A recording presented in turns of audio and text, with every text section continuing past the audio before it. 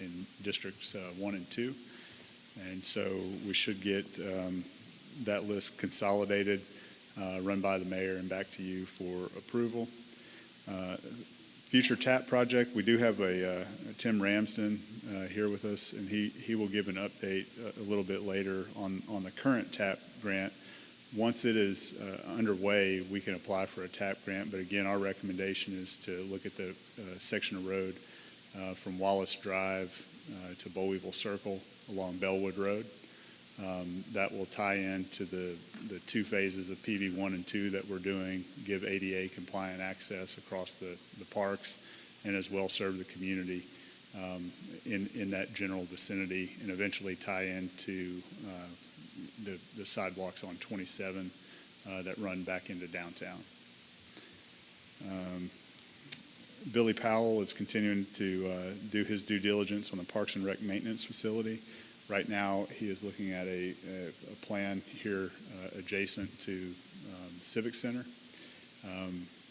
Once he finishes his analysis, he'll present that to you at a future council meeting to seek approval for that location. Planning and zoning should be on the agenda tonight.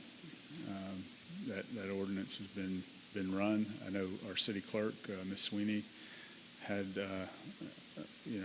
a lot of conversations about how to do that with our local papers, and so that was good that you finally your hard work paid off, Beverly. I know that was a lot of so it should run this Saturday, and then it'll run. Will it run again?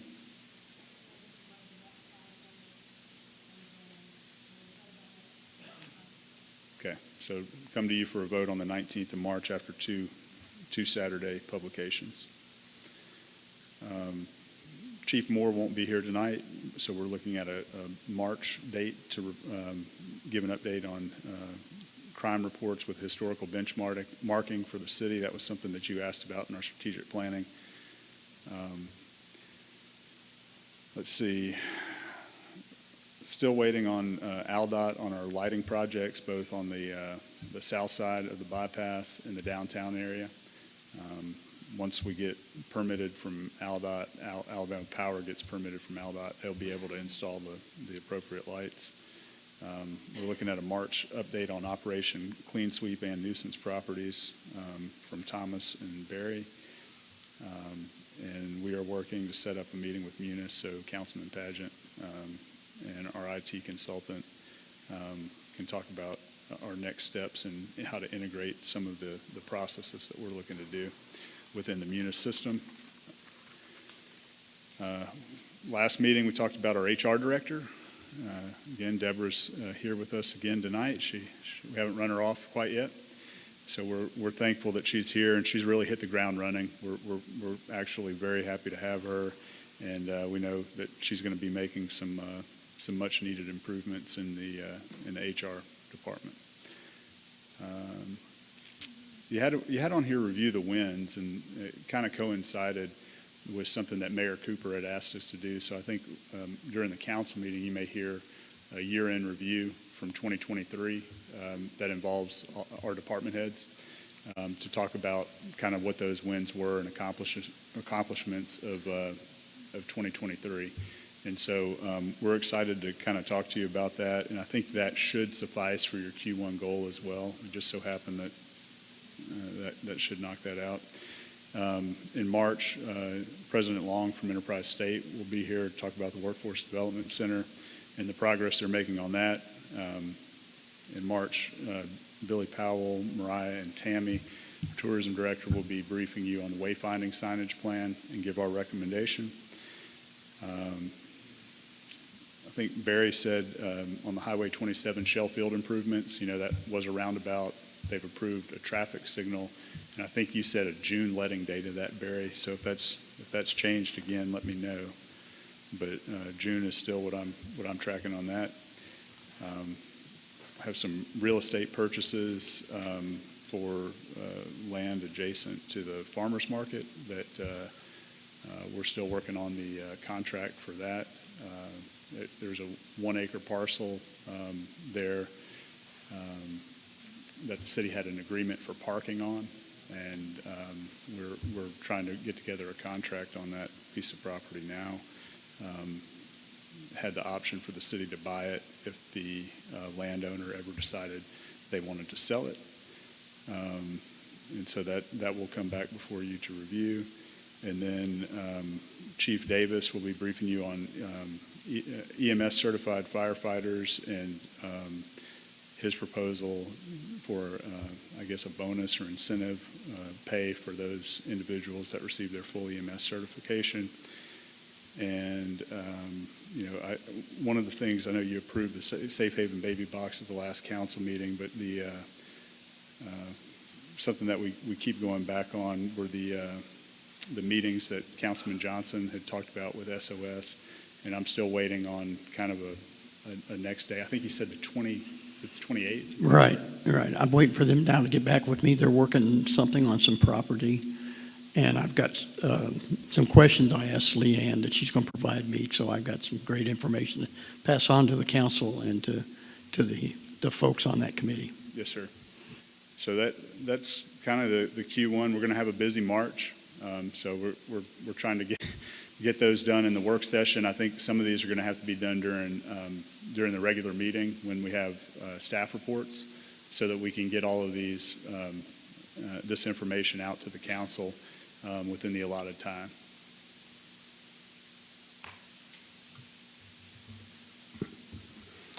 All right, council, any questions of Mr. Tullos on our Q1 goals? Sounds like we're on track with most of everything, or at least know where we stand. So any questions? All right, we will move on to firefighter EMS pay. Like you said, Chief Davis is going to give us a report on that. I believe we've got something in our packet, right, Chief? We've got is it just a one-pager? Yes. Everybody have that? Yes. So there are 3 levels of EMT in the state of Alabama that can be licensed. EMT paramedic, advanced EMT, and EMT, commonly known as EMT basic. All things being equal, obviously the one that has the most skill, the most interventions, the most drugs is paramedic, followed by advanced EMT and then EMT level. To be hired with the Enterprise Fire Department, you have to be and maintain EMT basic level. And throughout its history, ever since we started running EMS in around 1992-93, the only thing that we have assisted firefighters in getting is EMT basic. So any firefighter that has continued on to advanced or paramedic has done so on their own with their own time. With the only caveat there is we have allowed them time off. For example, if they're working a shift tonight and they have to be at school, we allow them to go to school, have their class, and then come back to work. There's been no incentive, no bonus, no anything else. My goal, obviously, is I want the city, the fire department for the city, for the citizens and the guests of the city, to have the highest level care possible. The Enterprise Fire Department is in ALS level 2, which means we are advanced EMT level, even though we do not have very many ALS personnel. I would like to see an incentive pay of 6% to those that achieve advanced or paramedic, to not only promote more people getting those higher levels of care, but also to make sure that we're taking care of our citizens as best as possible. Clearly, all things being equal, you're going to want a paramedic first because they have the most drugs, the most procedures, the most skills, then advanced, and then EMT. Not everybody is going to take us up on this. Not everybody. Some people who are getting close to retirement, I guarantee you they're not going to go back through school. But I really do believe that it would be a benefit to our citizens for us to promote as many firefighters as possible getting a higher level of EMS care.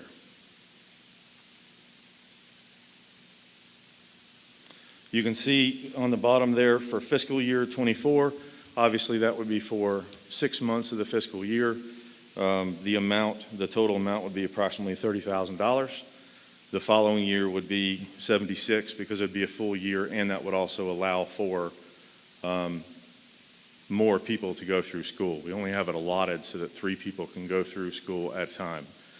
And as I say, that people are starting to go through school now, ESCC and the Employment Center have assisted us with a grant that started at the end of last year.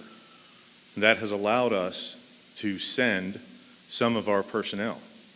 And there is an interest there because so far, 2 out of 2 semesters, we have people getting a higher level of education. So how did you calculate these budget numbers based on what we currently have and what we could potentially add? You max that out, so is this a worst-case budget number, or? It's a worst-case budget number as far as this would be the maximum number of people going. Okay. This year's is actually pretty spot on because that, we know how many people already have those advanced level or paramedic. And nobody's going to be able to get it between now and the end of the fiscal year? That's correct. Okay. That's correct. So you've got a lot of confidence in those numbers that would be sufficient to add to the budget? I do. But that's going to go up. The assumption would be that would go up every year because more people would get a higher percentage of our. Not to scare you with money, but I hope. Yeah. My goal would be 100%. Is that ever going to happen? No, I don't believe so. Some people just have less interest in EMS, but there is interest there. Mm-hmm. And the goal would be if we get enough people to go through advanced, the next step is paramedic. If we can continue to pay and train, whether it be through grants or through our own budgeting in the future, eventually we'll be an ALS level 1 non-transport agency, which again, that's the highest level. And I'm trying to be, our citizens deserve that. This is something that's very common across the country, definitely across the state. Most all of the agencies around us do something very similar, not identical, but very similar. So it's not an unusual request. All right. Any other questions of Chief Davis? No. This will help us keep it competitive with everybody else, right? We don't lose firefighters. Well, certainly. Yeah. Certainly. We have some people that have obtained that higher level. They know that they can go somewhere else. They might be starting over, but they'll be starting over with incentive at that location, yes. In this area, Dothan, which I try not to put us with Dothan because obviously they're much larger, Troy, Ozark, Bessemer, I believe Pell, I want to say Eufaula, I may be wrong on that one. Pretty much everything that's our size in the state has some variation of this. Any other questions? So you can bring this to us in the coming weeks? Yes, sir. All right. Sounds good. Well, thank you for that update. Next item is the TAP grant update with Mr. Ramsden and Mr. Mott. Thank you, guys. We got some good news this week, and I'm not going to take any of Tim's thunder, but Tim Ramsden with 3 Notch Partners is here. He's going to give you a quick update on the TAP grant sidewalk project.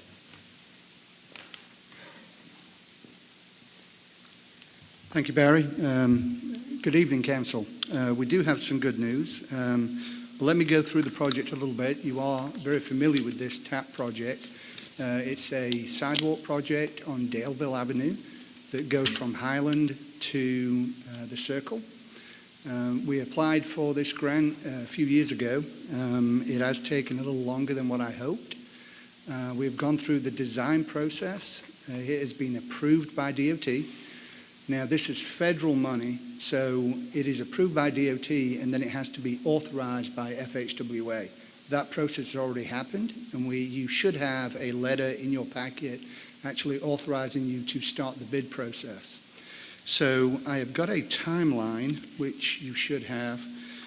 So it was authorized on February the 14th.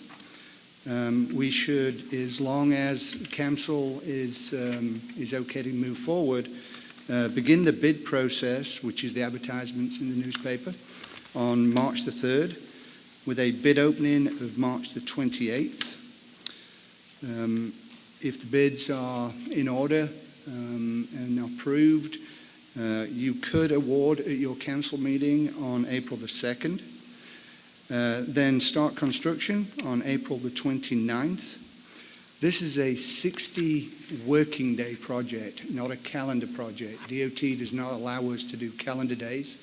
So 60 working days is roughly about 3 months. That does depend on what the weather is. Okay?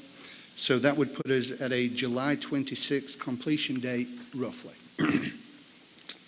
And with that, I'd take any questions. So do you need council action on this to move forward? Go ahead, Barry.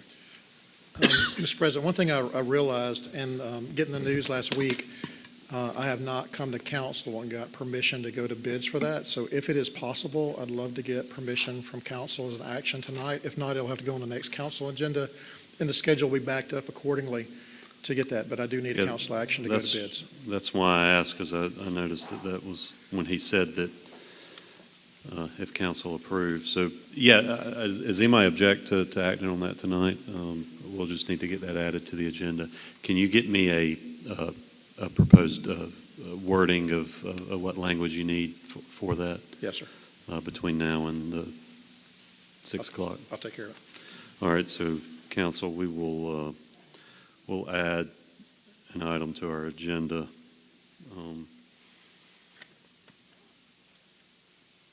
We'll add that as the first item of new business. The one other thing I was going to add is this does connect a previous TAP grant over, and it extends to the circle close to where Walmart is. It does stop short, a couple hundred feet short of that, to the back of that parking lot, and that was a request from AlDOT to stop that project there. But we're really excited to get that project going and get it underway and get it completed. I know it's been a goal for ours, and I know I get questions from a lot of you on the council about where we are on that, so I'm excited to say that we're ready to go to bid on that, and we'll get that construction punched out as quick as it's feasible. So we're, the agenda item is to seek bids on the TAP project, right? That is correct. Mr. President, I'll write that down for you in just a second. All right, thank you. All right, any other questions on the TAP project? Sonia, I know you're ready to get that one underway. Oh, yes, I'm ready.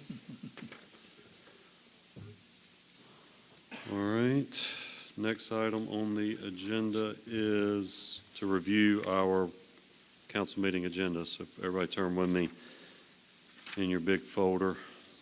We will go through this. So of course we'll have our roll call, opening prayer and pledge of allegiance, and then a little different approach to tonight. We're going, like Mr. Cello said earlier, we're going to have our 2023 year in review, which the mayor and his staff will be conducting. Mayor Jonathan, anything we need to know about that other than y'all are ready to go on that, right? All right. Then after they finish with that, they'll turn the meeting back over to us, and we will approve our agenda. Of course, we'll add that one item. And we've got our consent agenda. I'll read through the consent agenda items. Y'all let me know if there's something we need to discuss. City Council work session minutes of February 6th and regular meeting minutes of February 6th. Then we've got contract billings from Wiregrass Construction for the Phase 3B resurfacing and Beasley Construction Services for the Multipurpose Rec Center complex out at Peavy, and Poly Incorporated invoices for the same projects of the multipurpose rec and the Phase 3B resurfacing. Then we've got our Fine Getty, our monthly billing from them for our state governmental affairs contract, and travel request from Mariah, and 7 volunteers to the Main Street Now National Conference, which is in Birmingham. So that's all of the consent agenda. Any questions, issues with anything we need to? All right, then we've got a few permit requests for the St. Patrick's Day Parade. Aaron, you want to talk to us about that now or in the regular meeting? Entirely up to you. Why don't you come? We've got time. Why don't we talk about it now?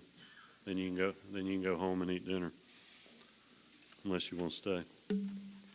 So we've got an Enterprise Chamber of Commerce who has requested to address the council to obtain a permit to hold the world's smallest St. Patrick's Day Parade and half pint, half K on Saturday, March 16th, 2024, from 11:30 to 3 o'clock. Yes, sir. Thank you, guys. I appreciate the opportunity to come before you. Hello to everyone. So the world's smallest St. Patrick's Day Parade, this will be the 31st year of that rendition here in the city of Enterprise. And then following that, the half pint 0.5K, illustrious 546-yard dash for donuts, on March the 16th, along with a various amount of other things that are happening in our great city. I have put this information before the Chief of Police, Captain Kent as well. There's no changes or modifications to the event as far as street closures or the route or anything of that nature. It will be the same thing that we've done in the past 5 years. So there's really no hiccups along the way that I'm aware of. And so we're just asking for the same street closure, partial closure permits that we have asked for over that last 5-year period. Go ahead, Sonia.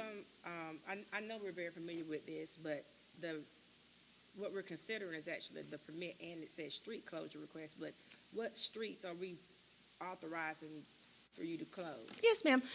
So the street closure request is a partial closure on East College Street at South Edwards to Main Street for the parade portion, which will be from about 12 to 12:15, where they make their march down around the monument and back. And then another partial closure on South Edwards along the race route, which goes down South Edwards to Harrison, crosses over South Main Street, and ends at the railroad tracks right behind Riverbank and Trust at South Connor.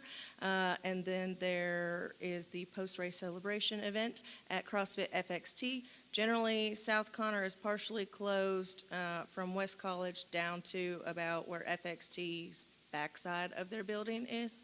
From Harrison to FXT, and it's open from West College down to the backside. So all of these are just small closures from about 11:30 to 1 here and there. Once the last participant gets through the race, all of the streets will be reopened again, except for the partial closure on South Connor. Mr. President, I asked that specifically because typically we have the streets listed just for the pub, you know. It wasn't listed on there. And it's not listed again. Yeah, on it's not another- listed in our motion. It is listed on the application. It says basically what Ms. Grantham just read: South Edwards, Lee Street, East Harrison, South Main, South Connor, following the parade, and then an additional partial block from 11:30 to 3 o'clock of South Connor, from East Harrison to South Connor Street down West College. So it is listed on the application. You're right, it's not in our, it's not on the face of our agenda. You good with that? I'm good with it. Okay. Wanted All to right. note it. Any other questions or concerns? Everybody comfortable with this? All right. Thank you, Ms. Grantham. Yes, sir. Thank you. All right, next item would be the Special Olympics Law Enforcement Torch Run. Captain Hagelin, do you want to brief us on this tonight? I mean, in the work session or in the regular meeting?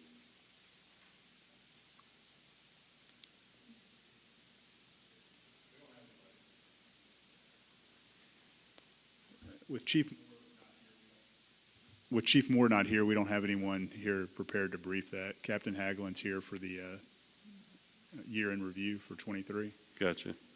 So, do we want to do we want to go ahead and approve this tonight? I would assume, I mean, normally we would look to Chief Moore to approve this. If he's the one that filled out the permit, if everybody's comfortable with it, we could go ahead and approve it tonight. I can send Chief Moore a note as well and see if I can get a response back prior to the council meeting. Yeah, I mean, Chief Moore's the one that made application. It says the purpose of the SIMB is a running event with the officers and athletes carry the flame of hope to the opening ceremony of local Special Olympic competitors. Local surrounding law enforcement agencies will meet with athletes and run with them carrying the torch as they make their way to the high school. So it's from 0730 to 0900, 150 people. So you want to just find out before Yes, sir. we consider this? I'll do that. If we want to table that, Yes, sir. we can. Does anybody have any concerns? We'll go ahead and approve that tonight. Okay. All right, next item will be the street closure request for the Spring Festival at the Monument 2024. Is Mariah here? Yep.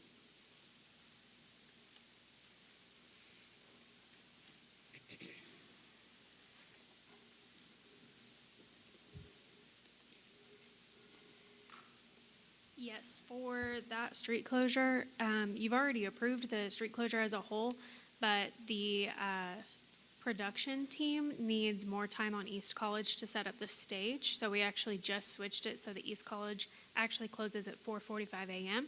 I spoke with Chief Moore and he was okay with that as well. But that's the only thing that's changing. All right, so it's just a modification of a prior request. All right. Yes, sir. Any questions of Mariah?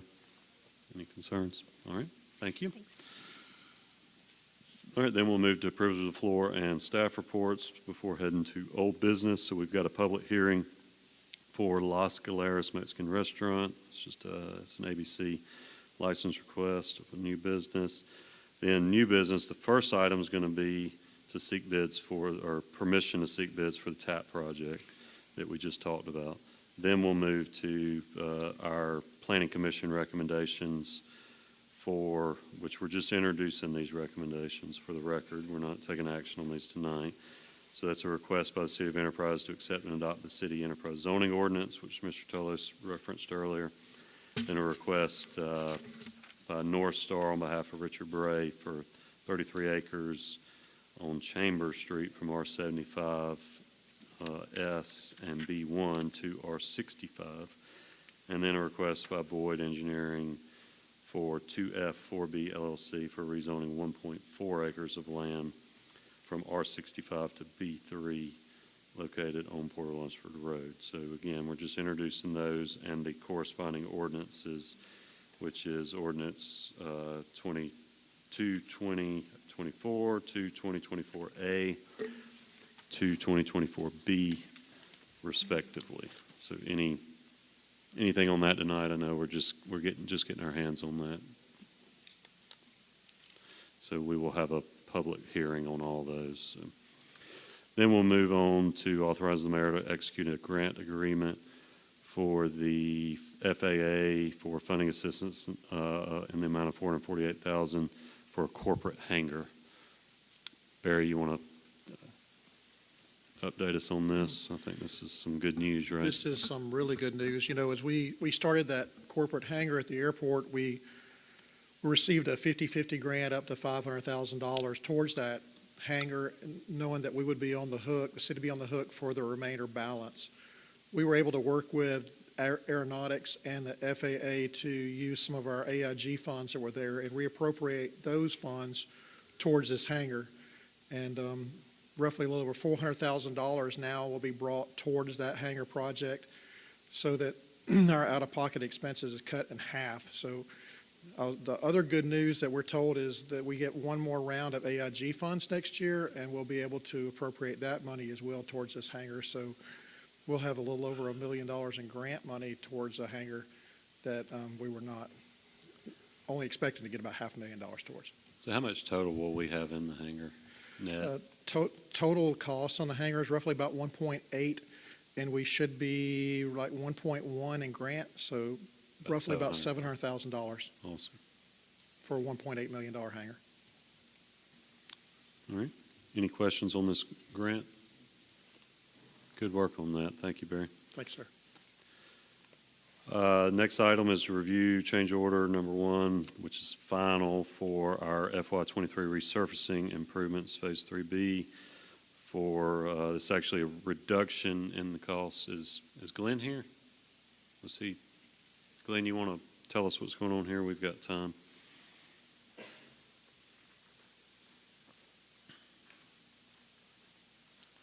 Okay, Council and Mayor, as you know, the Phase 3 project, our phase was basically broke into 2 sections, an A and a B section, basically because we could speed up the A section. This is actually Phase 3B. We're ready to close out that project. This is just the final change order, and it is a reduction. This change order reflects a deduction in the contract amount of about $245,000, which means that we were able to save some quantity and do some things during construction that was able to save that much money. I will say the Phase 3A project is still open. We're holding that project open. It's been mentioned before, possibly to use the savings between 3A and 3B to help offset the cost of Dozier Road and possibly change order that. We're probably going to do that into Phase 3A. So it's still open and for that purpose. Between the two, the savings on Phase 3A looks like it'll be about $325,000. So between the two, we'll go a long way toward Dozier Road project. How much do you expect Dozier will cost? About, I think it's a little over 608,000, I think. So most of it will be funded by our savings. That's right. That's the plan. All right. Any questions from Glenn on this Phase 3B reduction? All right. Thanks, Glenn. Next, we've got several items of purchasing budgeted equipment. First items from Public Works of a dump truck. Barry? Yes, sir. This was a budget item in our budget. We had roughly about $500,000 between a dump truck and GPS equipment. The intention there is to purchase this equipment to replace some equipment that's currently at Public Works that's not working, not functional now, but much needed to do the PV Park Phase 2. We're going to need some equipment to move that dirt around, and that should end up saving us a significant, millions of dollars worth of dirt moving if we could do that in-house. So I'm excited to get that, and I think Shannon is too, to get a new piece of equipment there. But this is a budget item, and it is under budget. All right. Any questions of Barry on the dump truck? Billy, you've got a few items. First being some various list of budgeted equipment items. Anything we need to know about those? No, sir. They are budgeted items. Due to the increase of property that we'll be maintaining, these equipments are needed for our use to maintain for additional existing property and additional property. So these items are being bought from Dallin Truck and Tractor at $78,000. Are those coming off of a bid program, Yes. a state bid list? Yes. It's Sourcewell. So this is Sourcewell. Yes. Okay. All right. Any questions of Billy on that before we talk about the? That would be your 72-inch mowers would be the only one that will qualify. That we would make sure they had to be Right. purchased. Everything else is under the Everything else is threshold. within. Yes, sir. All right. Then we've got Parks and Recreation, Johnny Henderson Park for some playground equipment. Yes, each year we work with the Rotary Club, and we evaluate our playground equipment there at Johnny Henderson Family Park, and we had some of piece equipment that's just they got to a point where they need to be replaced, and the Rotary Club and myself, Minnie Collier, identified what needed to be replaced and repaired, and we came up with the budget numbers, and so it's within our budget numbers that we have allocated, and once we get this approved, I'll be working with them, and they will present a $12,000 check to us to help with the purchase of these equipment. We will do the installation ourselves, and that helps saves a lot of money on that. So that donation completely covers all this equipment. That's correct. All right, any questions? All right, Chief Davis, you've got a permission to purchase equipment, a hose management system, a hose tester, and a forcible entry door simulator. Tell us about those. The hose management system is all about efficiency. It will aid firefighters in being able to do hose testing or getting hose off the ground quicker with less personnel, and just reduces fatigue, to be honest with you. If you're looking at doing 8 hours of hose testing in a day, having some assistance is a great help. The hose testing system, if you can imagine revving up a fire engine and putting pressure into a hose that doesn't move the water anywhere, just to test which we have to do every year. This system actually stops us from placing that completely unnecessary wear and tear on our pumps, which is long overdue. And then the forcible entry system, that's a simulator to help us improve skills, which I'm sure I hadn't taught the PD about it, but I know they'll be excited about it too. It allows us to attempt and improve skills on forcible entry other than just taking something big and hitting it, which should improve skills and our efficiency. These are all budgeted items, by the way. Right. All right, any questions about these budgeted items? All right, thanks, Chief.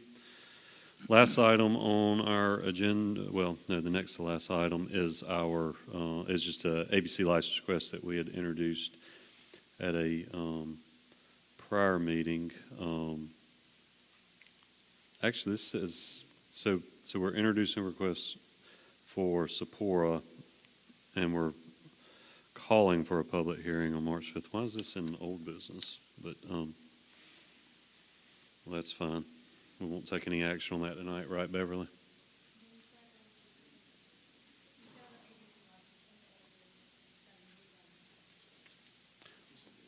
So this is a new one. Okay. All right. Gotcha. I'm sorry. I was confused. All right. So then the last item is to move our meeting location. Mr. Tullis, you want to tell us about this? So we've got a conflict with our primaries. So as you and the public are aware, if you've been to City Hall over the last few months, a lot of construction going on and people have been relocated to other areas. With that, the council meetings have been moved to the Civic Center. There will be a conflict. March 5th is actually a primary date for voting. So they will come here on that Monday to set up and then be here all day Tuesday. I think they close around 7 or 7:30 for polls, so it would be a direct conflict with the council meeting. So as a result, typically in the past we could have, shifted locations maybe to the rec center, but the rec center is, demoed and under construction now. So we called the community college. Community college is in the same boat with their multi-purpose room for that. So called the city school system. With the Board of Education facility, and that was available, and Superintendent Thomas was gracious enough to allow us to use it. So I think in terms of the setup, the desks are there. It should have similar capacity to what would be seated here at the our old council chambers, and we can set up a live stream as well there. So our council rules require us to, if we're going to meet somewhere other than here on the first and third Tuesday, require us to take action to move that, right? That's correct. So we're just, we're required to take action. Any concerns with that? I don't see how we have much choice given the situation with limited facilities. And this may or may not come up depending on if there's a runoff for, so we have the primary potential for a runoff. And so the same thing could happen? It could, yes, sir. When are the primaries, when are the runoffs, in April? They're in April. So April 16th. So it'll be that's the third Tuesday. Yes, sir. Okay. All right. Any other questions? We've got about 6 spare minutes. Is there anything you need to? I think Captain Haglund had a report back from Chief Moore, so Okay. he can give you an update on that. All right, Street perfect. closure.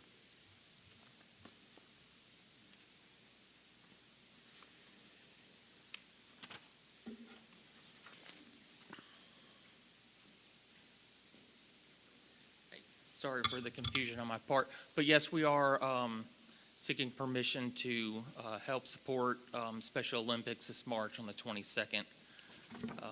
We are currently speaking with them. We're going to do the torch run from the monument to the high school, and we're even starting a new program called Tip-A-Cop, where we will be celebrity waiters at restaurants to help raise money for their program, and we're certainly looking forward to fundraising for their cause. Awesome. That's a good idea. Any questions of Captain Haglund on the permit request specifically? All right. Thank you. Okay. Anything else, Jonathan, before we take a brief recess? Does council have anything? All right, we will recess until 6 o'clock in our regular meeting.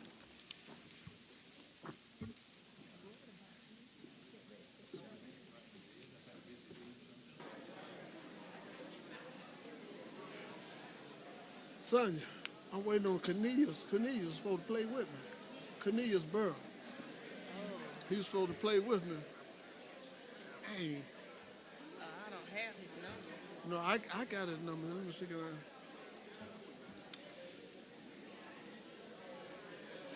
can't play a lick by ear. Let me see. Maybe he's gonna come on.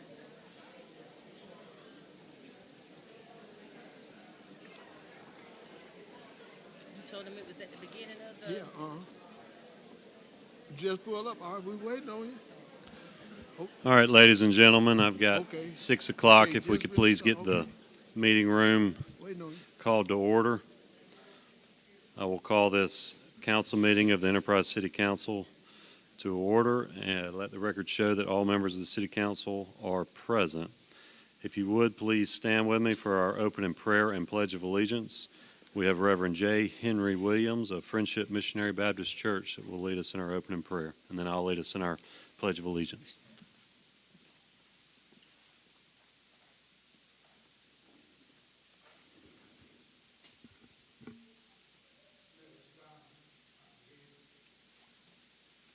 Most holy and eternal Father, as we come on the beginning of this next season, we come with thanksgiving upon our hearts and upon our lips.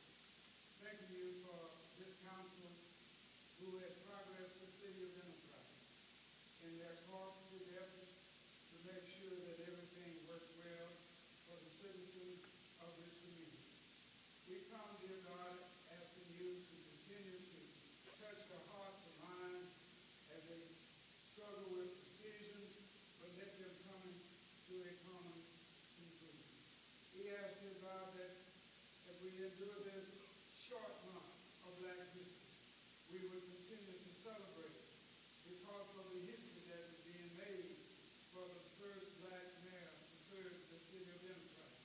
We ask, dear God, that you will continue to strengthen this city through their efforts, and Lord, that everything will be a blessing to all of the citizens, and that everyone can have a part of their own town. We pray, dear God, that you will continue to just bless the city of Progress, that it will continue with jobs for those that need some work, for those that are out of place, Father, that they will find a place to be. We ask, dear God, that you will bless this meeting in Jesus' name. Amen. Please join me in the Pledge of Allegiance. I pledge allegiance.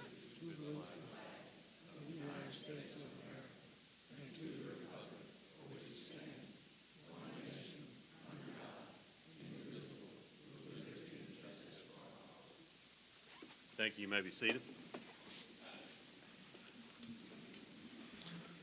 All right, I'll now recognize Mayor Cooper, who has a special presentation for us tonight. Is a 2023 year in review. Mayor?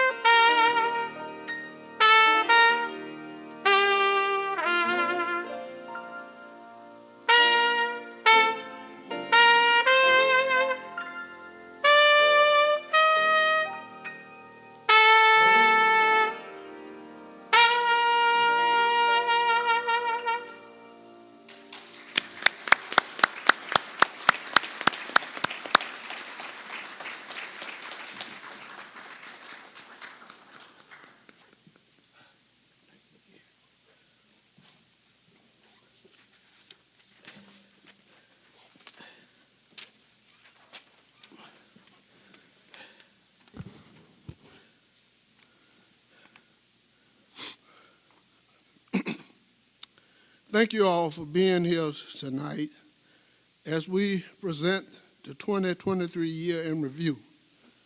I would like to thank Reverend Williams from the Friendship Missionary Baptist Church for our invocation. I also would like to thank Cornelius Burroughs for joining me on the rendition of How Great Thou Art. A few weeks ago, as I was sitting in church, I was reflecting on how far we have come as the city of progress. That hymn truly reflects enterprise and all the many blessings we have in our city. Tonight, as the city leaders come before you, I hope that you will see that we have accomplished in 2023 and all that we have to look forward to in 2024. From passing the largest budget in enterprise history as to being awarded millions of dollars worth of grants, construction on new facilities like a multi-million-dollar recreation and aquatic facility, to paving our streets, updating 100-year-old water lines, to increasing numbers of first responders, and hosting events that draw thousands of visitors to our city. That is so much to be proud of and much to be thankful for in our community.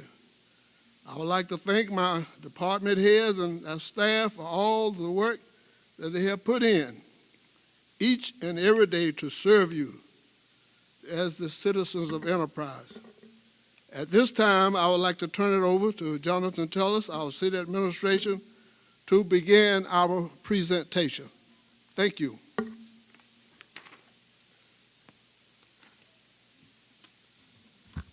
Thank you, Mayor. Council, wow, that was a moving song and in tribute. Mayor, thank you again for that. You know, when the mayor asked us to do this, it was just about 4 weeks ago. And having to go back and think about all of the things that we did do during 2023, you know, it took a little time to get some data together. But when we finished this and rehearsed it earlier today, it really struck me how far we have come over the last year and what we do have to look forward to, as the mayor said.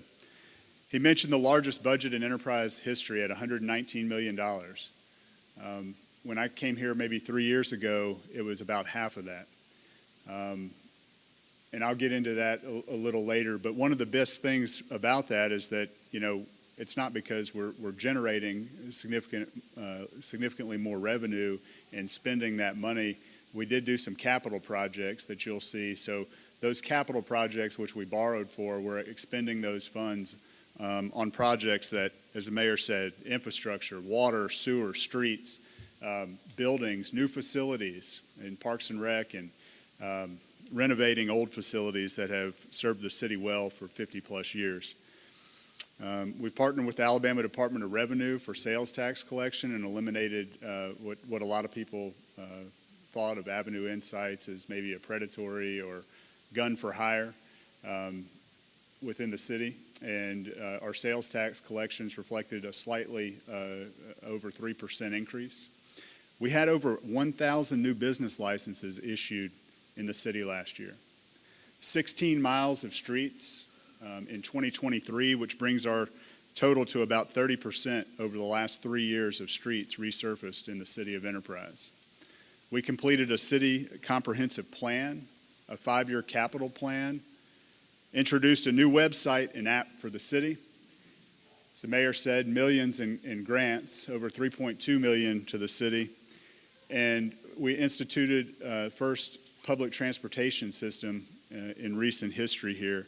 And the great part about that is the feedback that we're getting already, or people are allowed to go to medical appointments and have access to health care, education, to go to classes, and most importantly for me as a former economic developer, they can get to and from work. So with that, I'll put this in contrast for everybody on this next slide. If you look, these are all the projects that we have going on in the city right now. There's not a corner of this city that isn't being touched in some way. Blue lines for water projects, black lines on city streets, projects at the airport, the VA home in the north, sewage treatment facility upgrades, you name it. We are investing those taxpayer dollars in the community.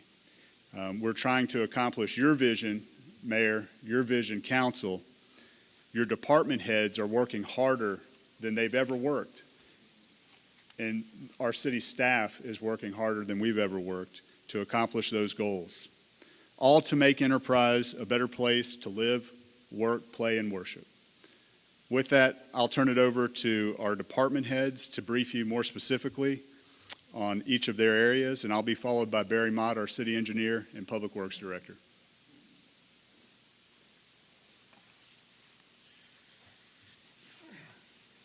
Thank you, Jonathan. The first slide you have before you is our engineering department.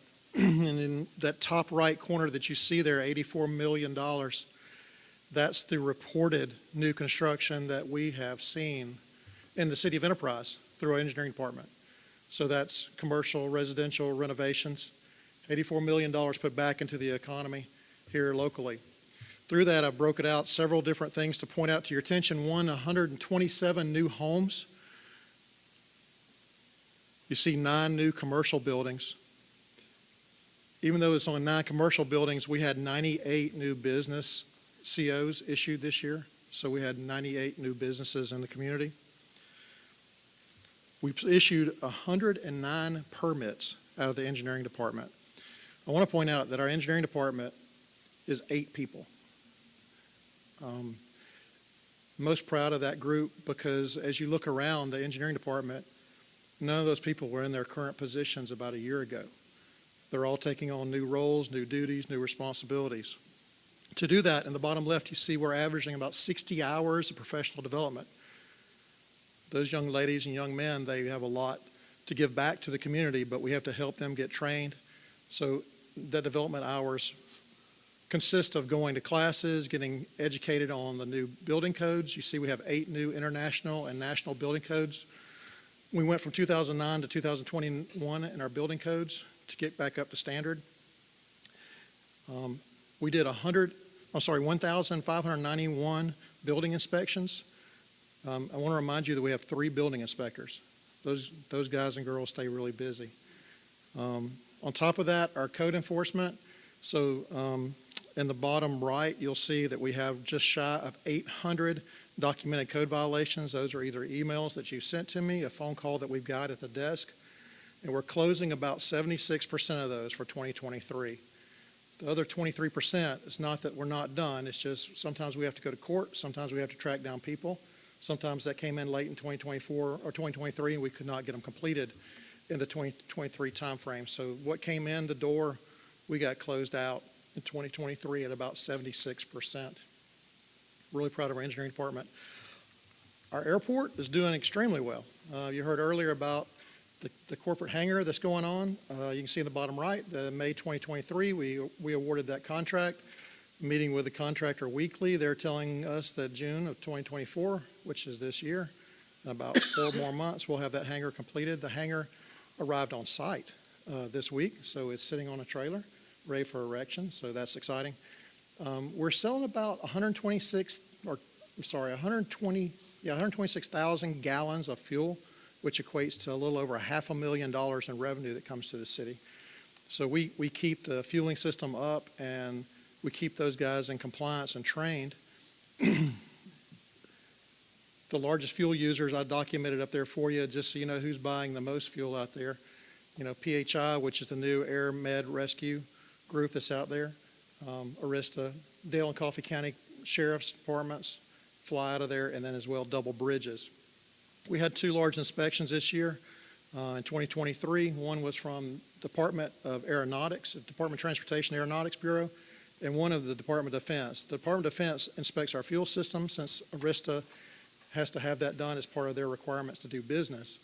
Both of those inspections went extremely well, and we got accolades from the state, from the feds, and from DOD as well.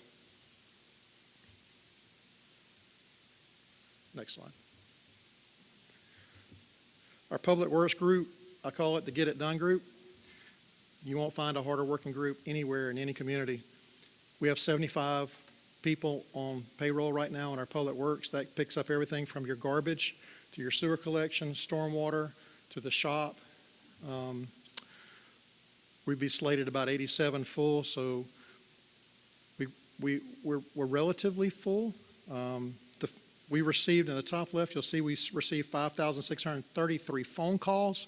Those are people who either came in the front door to Public Works or called in and said, hey, I have an issue, there's a tree down, I have a pothole, I have whatever. That's only 2 people, just so you know. There's 2 young ladies that are up there that take those calls. Our sewer inspections are up at just under 300 sewer inspections for the year. We do that with 2 people as well.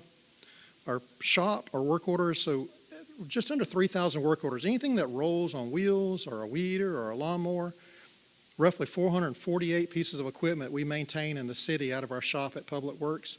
We do that with 5 mechanics in that shop. So they did just shy of 3,000 shop work orders in 2023. We have a sewer crew that lays sewer and storm drain. Of that, we've got 5 people on that crew, and they laid 1,600 feet of new storm drain around the city. Just by the numbers, we picked up 14,000 tons of garbage, and somebody says, I can't put my hands around 14,000 tons. How much is that? So we equated that to about 1,400 school buses, the weight of 1,400 school buses. Shannon and I put our heads together, and we said that's about 542 semi-truckloads that went to the landfill in 2023 that was picked up by our garbage crew. Those guys go out, rain, sleet, shine. It doesn't matter if it's freezing. They take care of it, and we're real proud to have them. One of the accomplishments we did in 2023 is we worked to get our CDL truck drivers' salaries increased. And we do that, we appreciate the council getting behind that motion. The purpose of that was to get us competitive for the truck drivers that we have. That gap that we have between full boat and where we have now it was primarily because of our CDL drivers, and we're real appreciative of that. We talk about training with every single group we've got. That's a major focus across engineering and Public Works. And we had 15 employees that went to training with Enterprise State Community College, and that was on skid steer training and with our bulldozer training. So we had 15 people that received that training, and we're working forward 2024 to increase that to other kind of training as well. So that's a quick snapshot of that, and I'm real excited about that. I'm real appreciative to be there. And with that, I'm going to turn it over to Alan Mahan with the Water Department.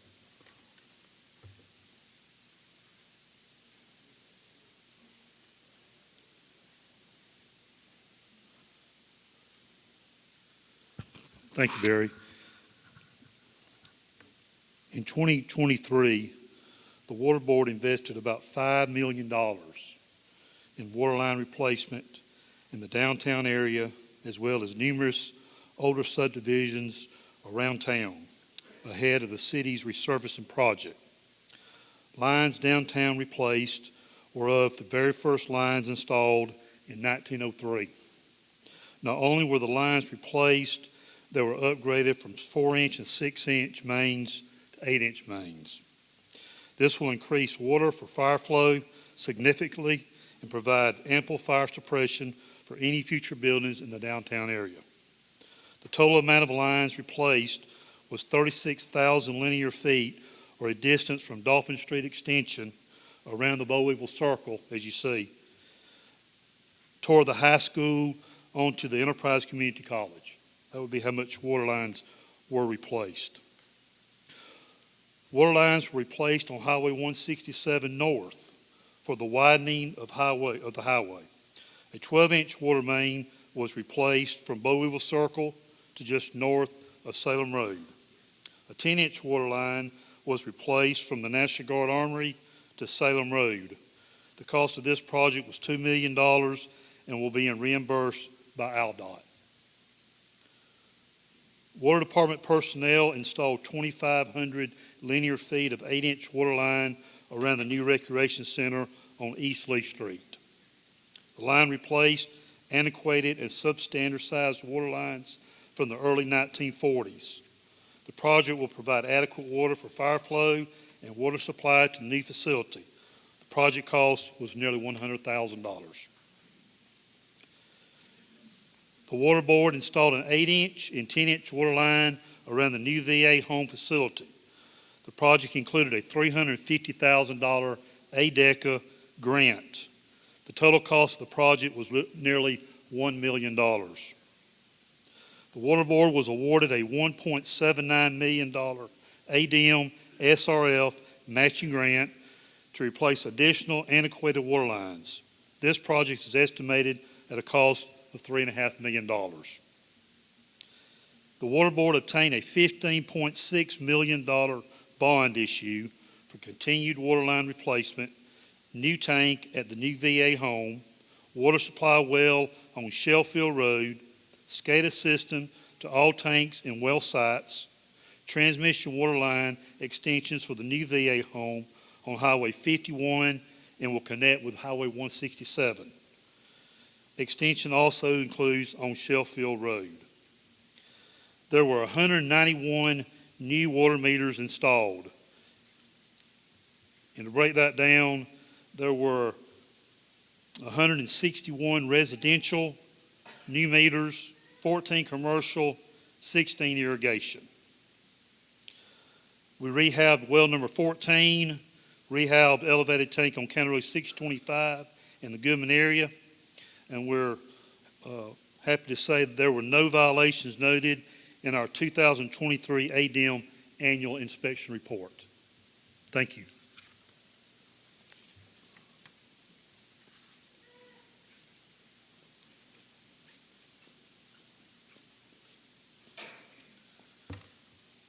All right, I would like to say it was very difficult to take a whole year and put it on one slide for our efforts in 2023. But I will start with our communications, our dispatchers. The national standard for answering a 911 call is to have 90% of those calls answered within 10 seconds. Our dispatchers answered 91% of the 911 calls in less than 6 seconds, and 60% of the 911 calls were answered in less than 3 seconds. We received over 22,000 911 calls last year and over 56,000 non-emergency calls. The police department had over 43,000 calls for service, fire department just under 5,000, and medical calls were just under 5,000. The men and women in our communication center did a great job last year. For patrol, we decided to inform the community. We had over 13,000 close patrols. That's an extra patrol of a residence, an extra patrol of a business or a commercial zone, or even a school. 13,000, that's over 1,000 a month on top of their other duties that they do during the day and night. Phenomenal job. Our criminal investigations division, they had an 89% closure rate on all the felony cases that they investigated. Again, amazing job on their part. Animal control, our animal control officer responded to over 1,100 calls in 2023, and these calls would range from stray dogs, dangerous animal, and other types of nuisances that they take care of. Our community involvement, we're heavily invested in the community. Everything we try and do is to strengthen our community partnership. We ran 7 sponsored events through the department last year, and we participated in 10 other community events through the city or the chamber, or basically anybody who asked. Again, like I mentioned before, and had some confusion on, we will be participating in Special Olympics in March. We also received a $45,000 grant from the state of Alabama, and this is to start a ground-based search and rescue unit. We got $45,000 to help obtain some equipment. Again, the thing about this unit is we're going to have community volunteers. We're going to be working with the Coffee County CERT. They just don't know it yet. We're going to train them and work with them. And I think it will be a big asset for the city to have this. Find missing kids, find evidence in a crime, and we're excited to start it. Thanks.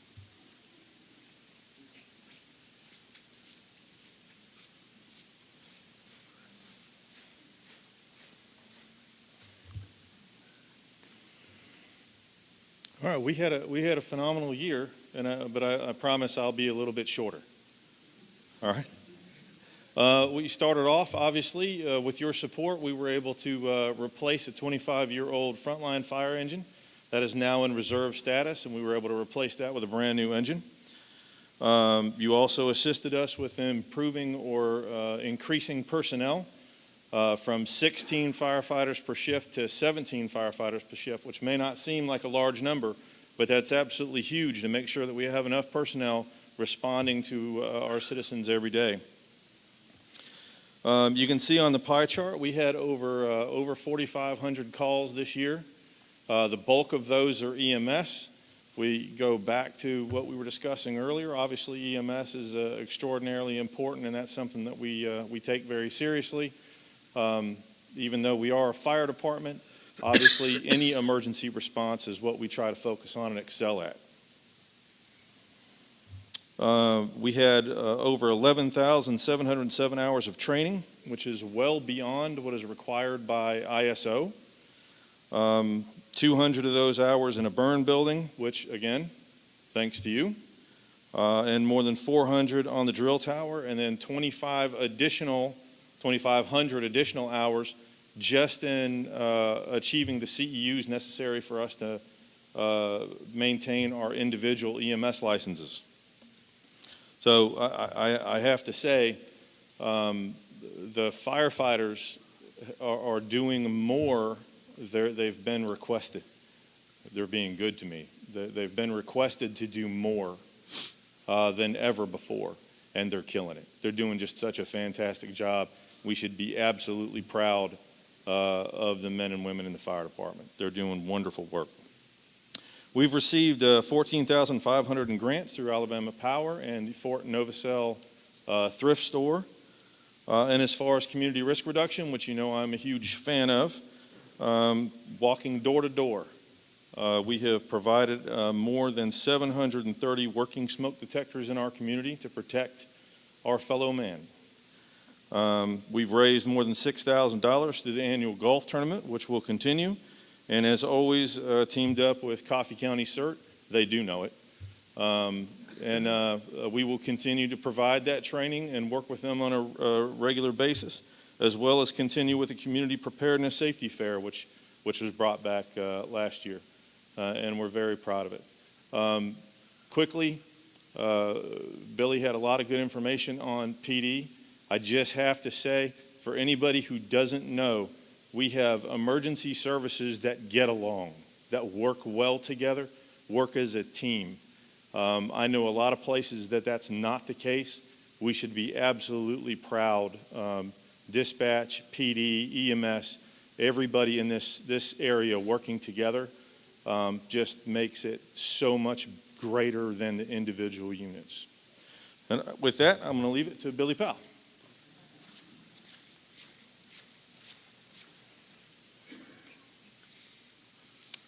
Thank you, Chief Davis. Mayor, Council, I'm here to present to you all the 23 year in review for 4 different departments. As you all know, about 2 years ago, we consolidated 4 different departments under one leadership, and I'm here to talk about the different ones here tonight. I will start off with our Parks and Recreation Department. Currently, Blake Moore is our superintendent, which manages the day-to-day operations of the Parks and Recreation Department and is doing really well in that position. During the 2023, we either started and completed or currently still working on to complete 10 different projects through the Parks and Recreation. That's including us when we decommissioned the new MN Jug Brown Recreation Center back in November of 22. We broke ground in January of 23 for the new project that's currently being built, the new recreation center, aquatics. Also, the multi-purpose facilities over there by the college, PV Park property, where we'll be building 3 multi-purpose fields, outdoor sand volleyball, parking lot, to increase our opportunities of a quality of life over there on that side, on the south side of Enterprise, to pickleball courts that currently are almost complete, ready for operation and play. We are prepared to do a grand opening on March the 6th. We built 8 courts through y'all's approval and leadership on that. Our community is very excited about pickleball. Others is a Weeda Street Park was another part that we started renovation and working on completion of it, putting in new playground equipment, a pavilion, and of course we're working on trying to complete a parking lot area and still do some cosmetic to some of the bleachers, picnic tables, so we can complete that project as well. To West Side, Ray Ham's West Side Community Park, which we named it after Mr. Ray Ham's back in December. The Lions Club has donated over $10,000 to help go towards that project. So we're in the process of doing some upkeeps to it and management due to their support. Another project is there at the tennis courts where we built outdoor practice area. In case when the courts are full, you can have one individual can go and practice and train on just by themselves. So that just gives you a snapshot of some of the projects that we completed. One more I want to mention was the skate park, which we had received a grant from it to help put in a half-pipe ramps on the skate park, and it is well used daily as well. Moving on to our youth sports, our athletics. You can see our different numbers in different color codes, such as baseball, softball, volleyball, football, flag football, and basketball, and our numbers continue to grow every year. And you can see from 2019 through 2020 through 21 through 22 through 23, which those are the highest numbers of the last 5 years. Just this past 23, we scheduled 908 athletic games through all the different sports, which we had 2,163 youth sports participants combined. We are a member of the Alabama Parks and Recreation Association, which we do compete, and it's also an opportunity to keep proper training and learning from other departments in the state of Alabama. 2 major events that we host, the Festival in the Park, which we're getting close to work on about 25 years of doing this, which this past year we probably had over 10,000 people at that event in one day. And then back in October of 23, we hosted the Spooky in the Park for the first time since about 3 years, since 2020, where we went to Spooky in the City due to COVID. But we had over 5,000 that participated out there. Getting to post play on the athletics on the big trophy with the 6. We have all-stars that go out and compete against other teams in the state or outside the state. So we had 6 different teams that competed well and earned the state and national level. And then also the junior MBA. That's something that Blakemore worked really hard to get here in our department, and that we were actually the first of its kind here in Alabama that we were awarded the junior MBA. So we're excited about that, and that just puts another good check mark through Parks and Recreation, because if you hear, and I'm going to brag on Parks and Rec just one more second, is that everywhere in Alabama they look down at Enterprise. What are we doing? Why are we so successful? And it just shows through the hard leadership of our staff that we have in that department. Next, I'd like to move on to the tourism department. Tammy Doers, our director, Community Service and Relations, and she's doing really well with this tourism. I'd like to talk about the 65-plus hosted events that either we know about or supported that happened here in 2023. That doesn't include even like weddings and other type of events. But Tammy's tracking a lot of these, and so just for 2023, there were 65 plus different events. But the next number I want to show you, if you look at that 1.04 million visitors, that's on just for 12 city events out of that 65. That's not even an eighth of the events that were hosted, that 12. That's big numbers, just those 12 major events that we host, that just city hosts. So 1.04 million is a lot of people. That's up 3.9% from 2022. And we couldn't do this without the state legislative tourism grants, with Senator Josh Carnley and Representative Rhett Marcus help us get these grants. Where in 2022, we were awarded $10,400, 23, $18,200. Moving on to the hotels. There are 10 different hotels here in Enterprise. 8 of the 10, they do a report on our occupancy rates.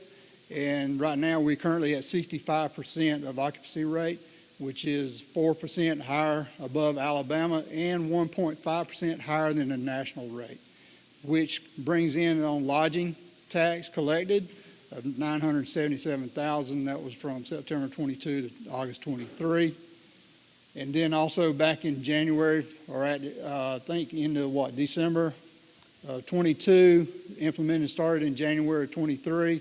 We identified an ordinance of short-term rentals.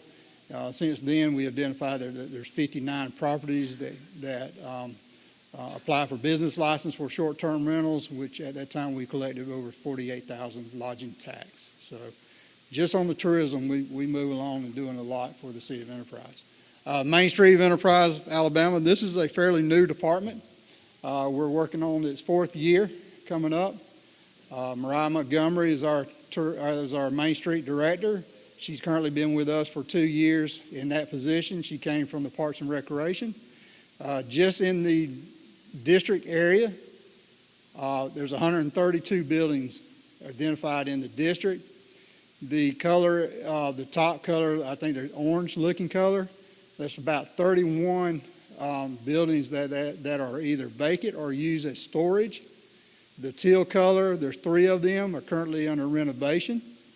And then the green area, there are 20 of them are new business that started up in 2023, which leaves about 78 of the 132 that were current business that's operating in downtown. That gives us currently at an 80% occupancy rate for downtown, which total investment of private funds through renovation and improvements to their facilities or purchase of $2.99 million just in the downtown area of the district. Public funds, which was contribution from the public funds of $657,000. Also, we have a volunteer group organization, and they invest their time, volunteer times and hours. And just in 2023, it was just over 3,000 hours invested for our Main Street, Enterprise Main Street. Moving on to the Civic Center and Farmers Market. Civic Center is in the light blue.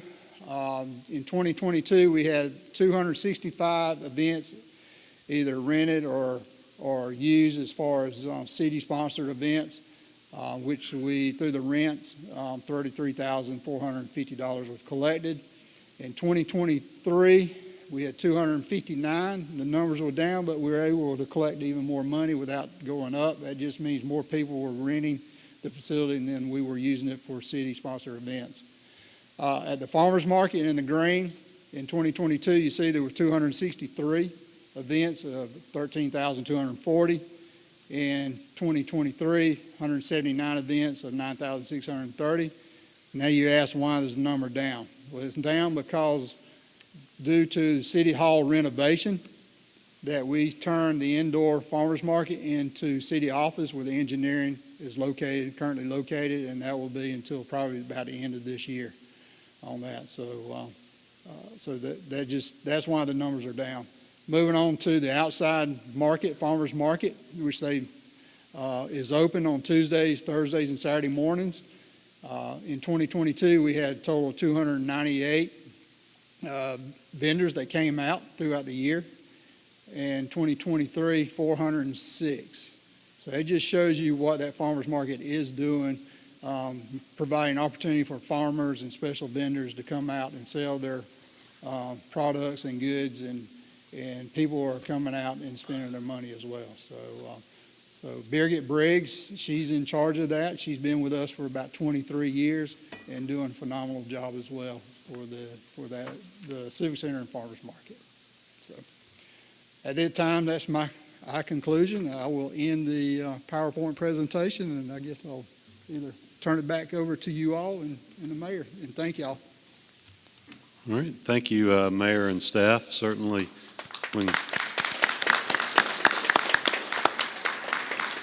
very informative, and glad y'all did that. That was a good idea.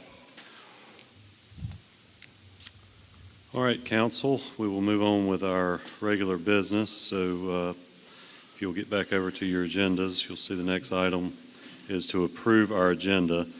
We discussed in the work session add an item, so I'll entertain a motion to approve the agenda as submitted, with the addition as the first item of new business being to seek bids on the TAP grant. So moved. Second.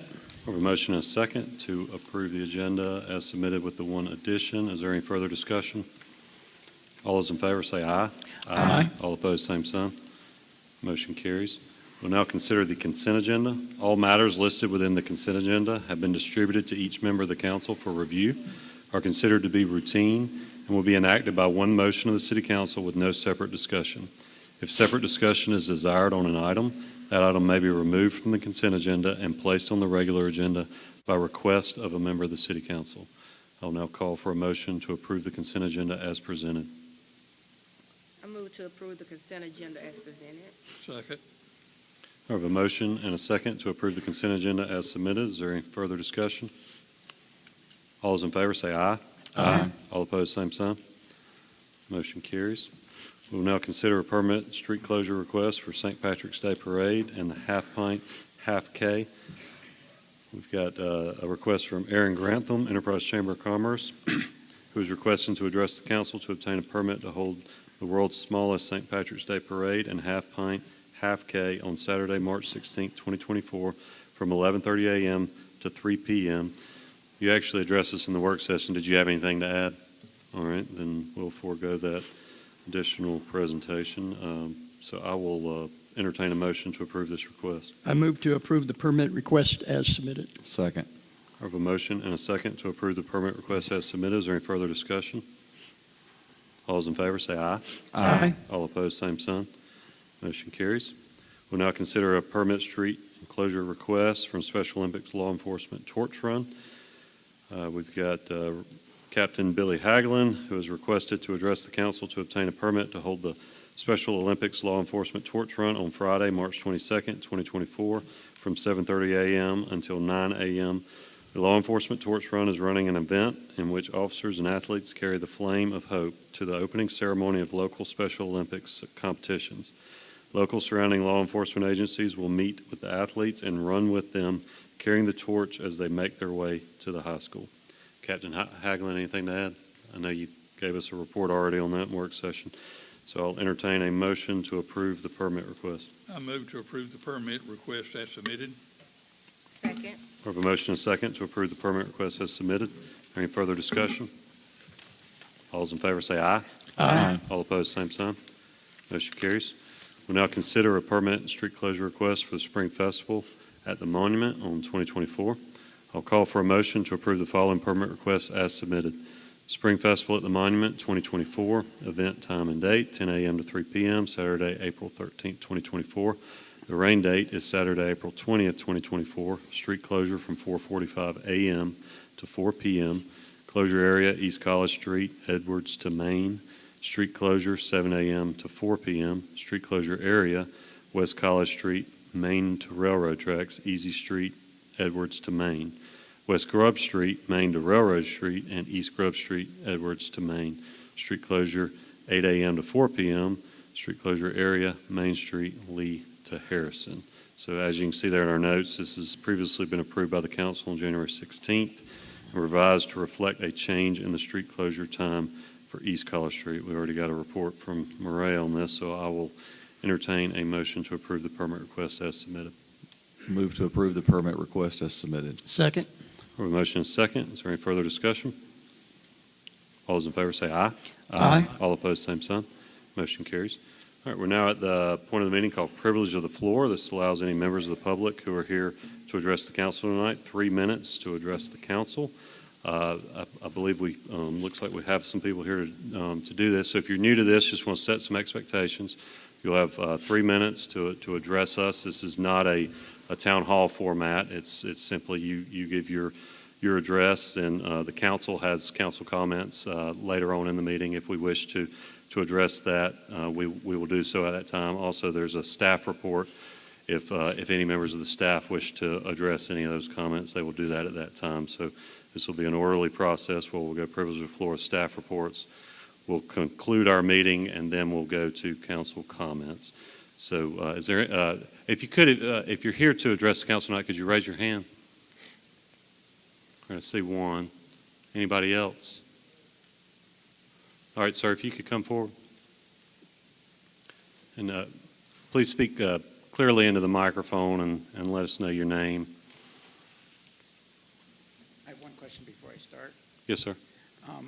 If I ask a question concerning a process, and it's going to take you maybe a while to explain a process, does that subtract from my minutes? We're not going to hold you strictly to the minutes. Just try to stick to around 3 minutes. We're not going to run you off the stage. So. Okay. I got involved with this mill proposal by accident. Could you tell us your name, please? Mark Parker, I'm sorry. Okay. And I got involved with the proposal because I talked with a person who was taking the signs down for the zoning. We understood the zoning. My contention is that people didn't know about what the proposal was. Now, there were some members that went to a Georgia plant. Was that an OSB plant?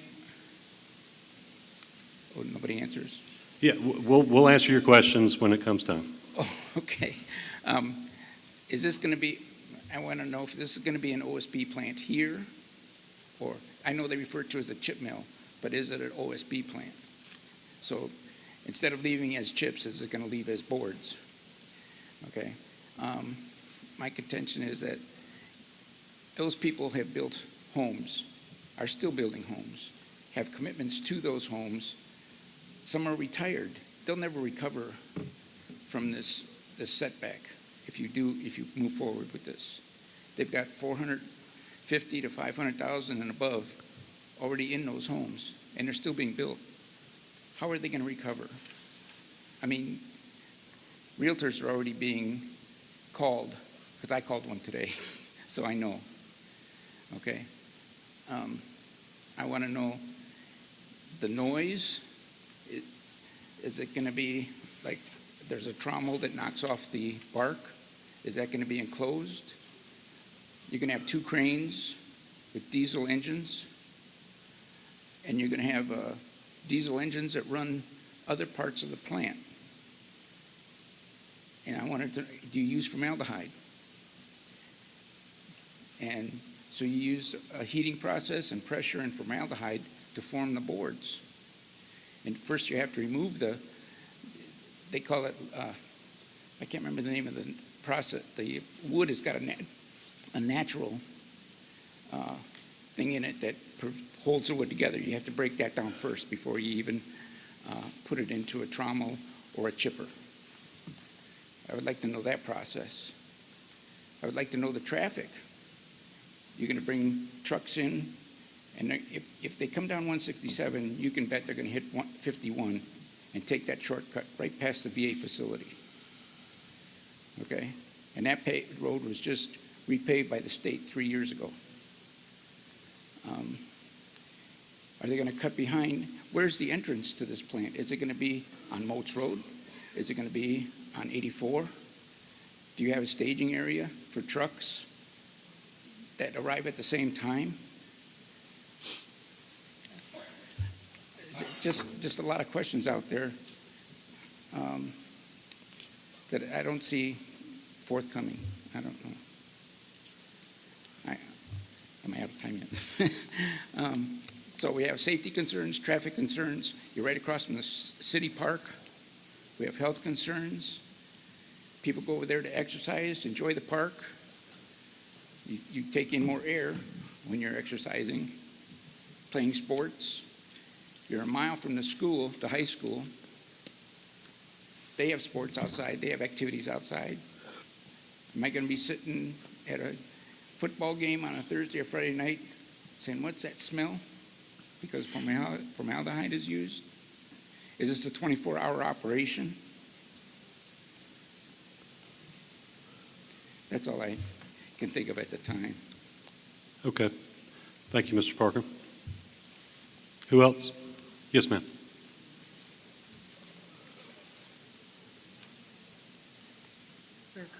Mayor Cooper, Councilman, my name is Linda Basham. I live at 107 Edinburgh Drive. My concern is Sheffield Road. There's, of course, we are grateful that all the housing is going up there, which means it helps the enterprise. But Sheffield is, I'm going to call it a zoomy place. And there's one traffic light there, it's the blinking light. What are the possibilities of that being a stoplight? Because the blinking light is there, and then if you turn left, you go down Salem Road. And if all this other stuff happens and there's more housings going up, what is the road going to turn into finally? Thank you very much. Thank you, Ms. Bash.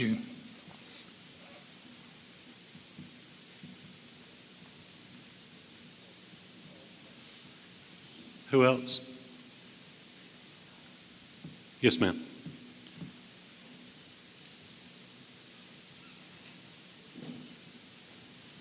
Good evening.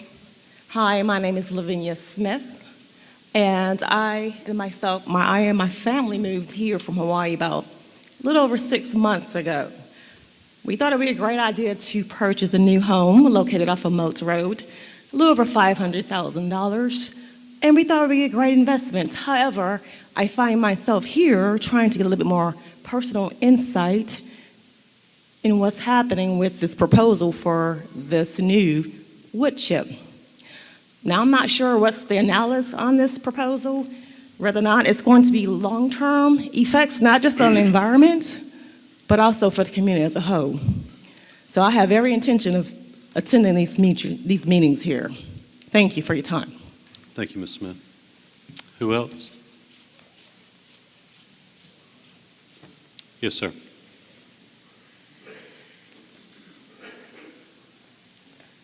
My name is Mike Basham. I live at 107 Edinburgh. It seems to me, probably about 2 years ago, we were informed that there was going to be a roundabout where Sheffield Road crosses Highway 27. And it was scheduled, I think, in the first quarter of last year to begin. I remember coming here, seeing some maps or something like that. I was just wondering what the status of that progress is. Thank you. Yeah, I think we can get you an update on that.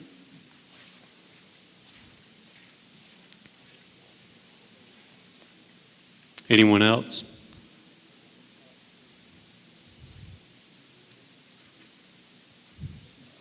All right, seeing none, we'll move on to staff reports. Do we have any staff reports that were unable to be given in work session?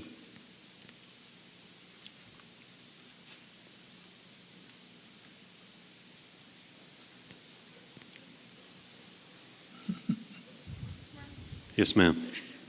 Just very quickly, I wanted to remind everyone that our business license renewals, the deadline for that, for the initial registration was February 15th. So we are now past that deadline. I want to reassure everybody that anybody who, because we were very much encouraging our business owners who heeded our request and did a really good job of mailing in their renewals this year, that as long as those were postmarked by the 15th of February, even though it may take us a little bit to get through those and get them back in the mail to them, as long as they were postmarked by February 15th, there won't be any late fees or anything assessed on those renewals. We know that we still have many out there who have not renewed, so we want to go ahead and encourage them to get in as soon as they can and get those renewed. The next deadline for penalty assessment would be March 15th. So if you don't want the penalties or the interest to go up on that, please make sure you come in and get that done by March 15th. We have, we said a lot of numbers today on how many businesses we had in 2023. We're continuing to renew those and gain more businesses in 2024. I have 3 ladies that work in that office, and literally one of those 3 ladies is touching every single renewal and license that comes in through the city of Enterprise. They are doing a great, fantastic job and working super hard and putting in a lot of long hours.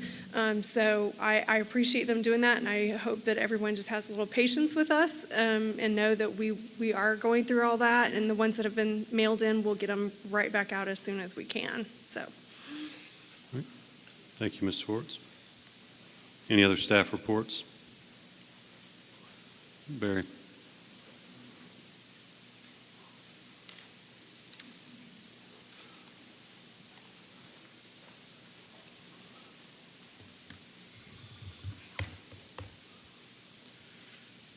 Bear with me 1 second, I have a All right. technical issue.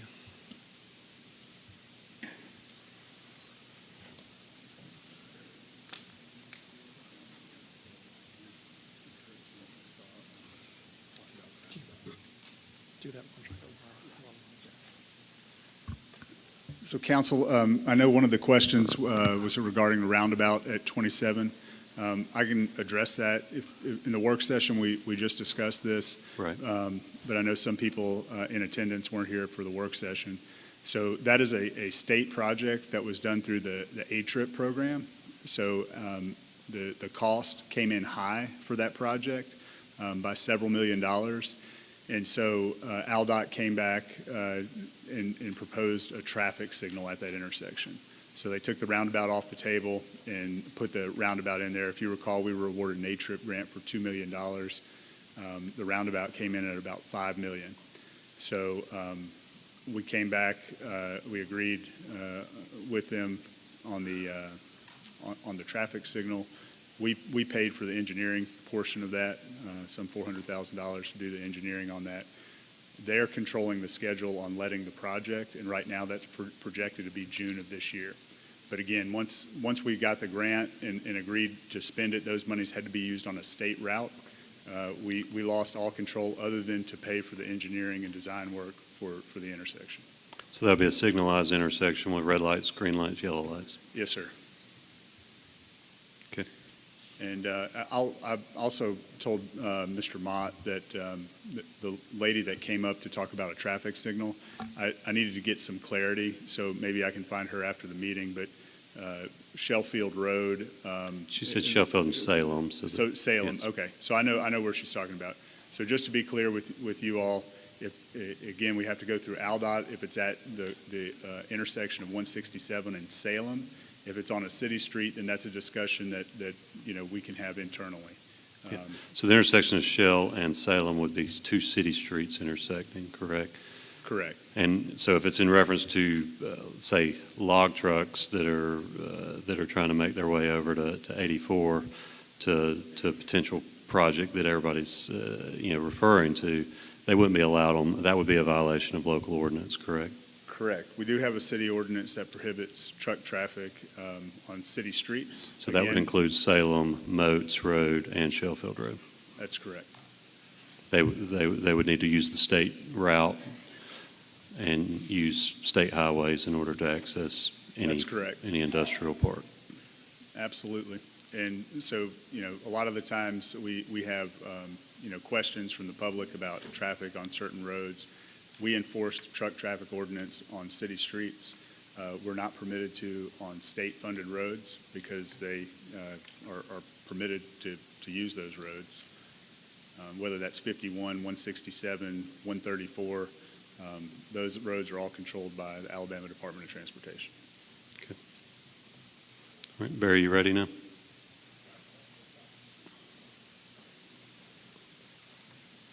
Our monitors are still blank.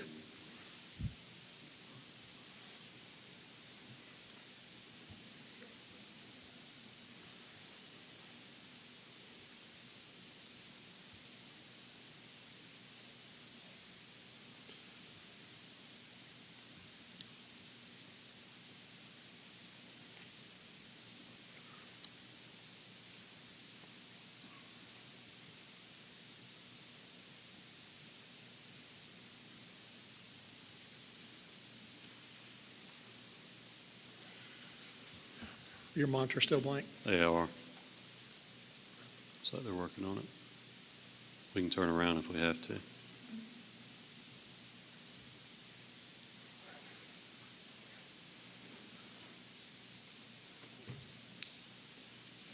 There we go.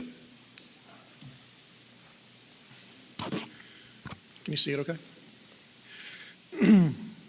Gentlemen, thank you for that. Jonathan was kind of covered for me while I was trying to get my laptop working. I appreciate that. The engineering department, as we talked a little bit earlier, does a lot of things. I thought I'd start off, what does the engineering department do? We design, manage, and guide the construction of our built environment while promoting quality and safety to all that visit, live, and conduct business within the boundaries of the City of Enterprise. That's our mission statement.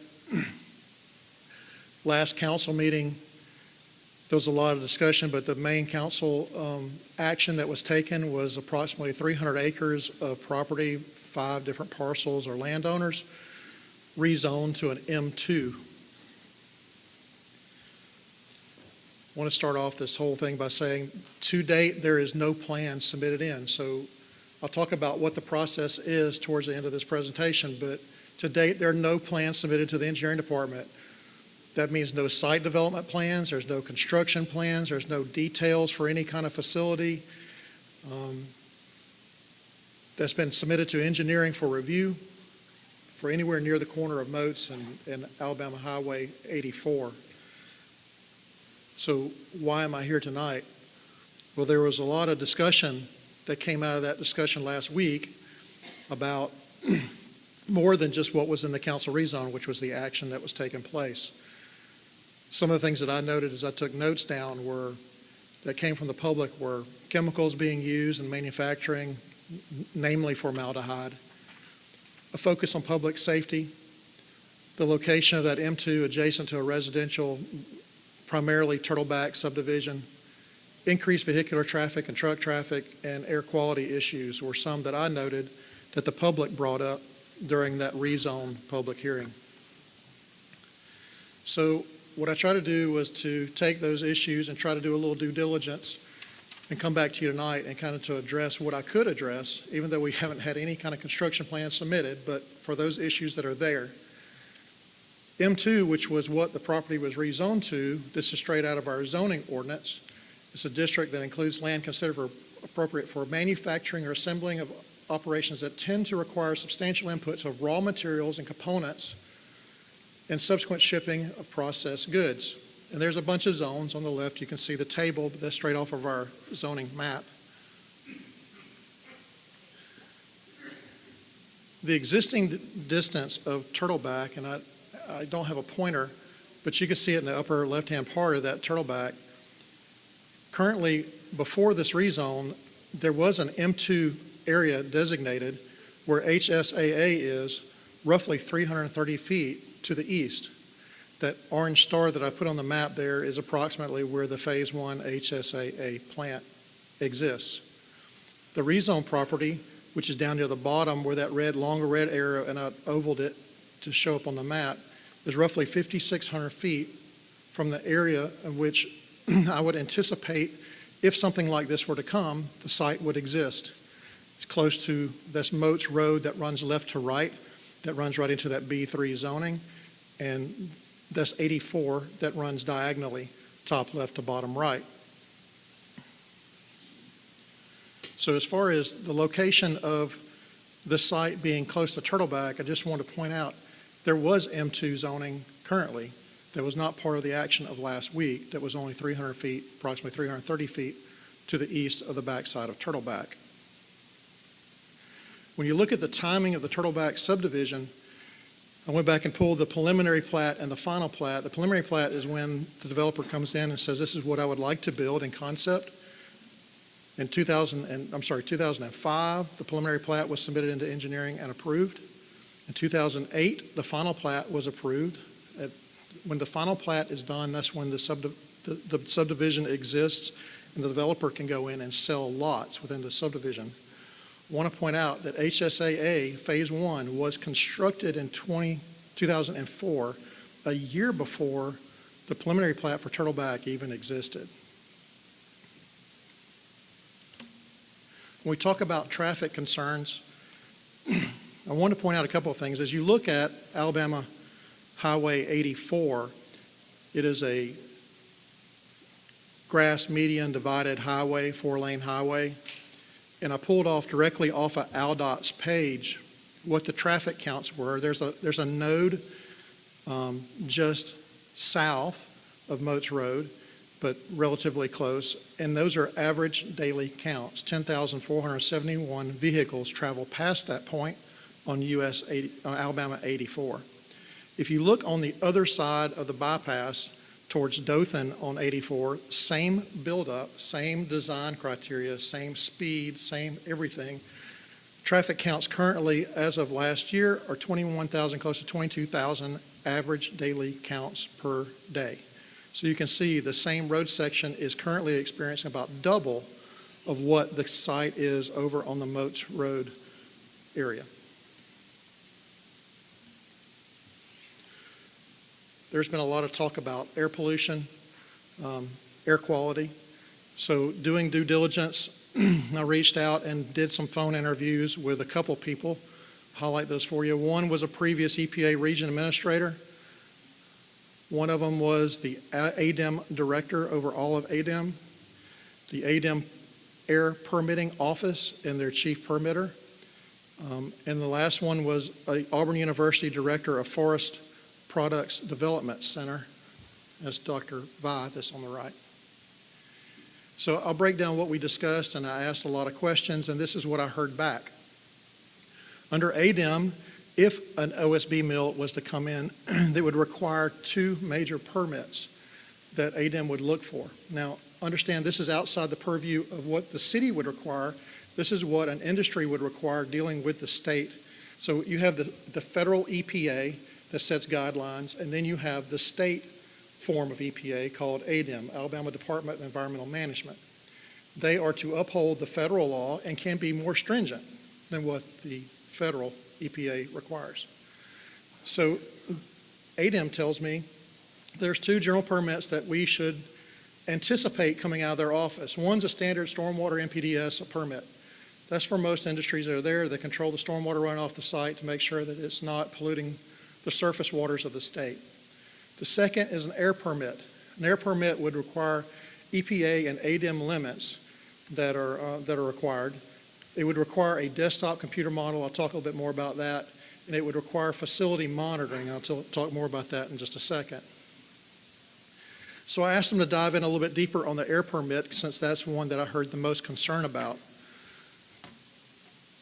The air permit they told us that they would look at would be one with a dust plan and would require a PSD permit in hand prior to equipment installation. ADEM considers that prior to construction. That term is a little different and is loosely done.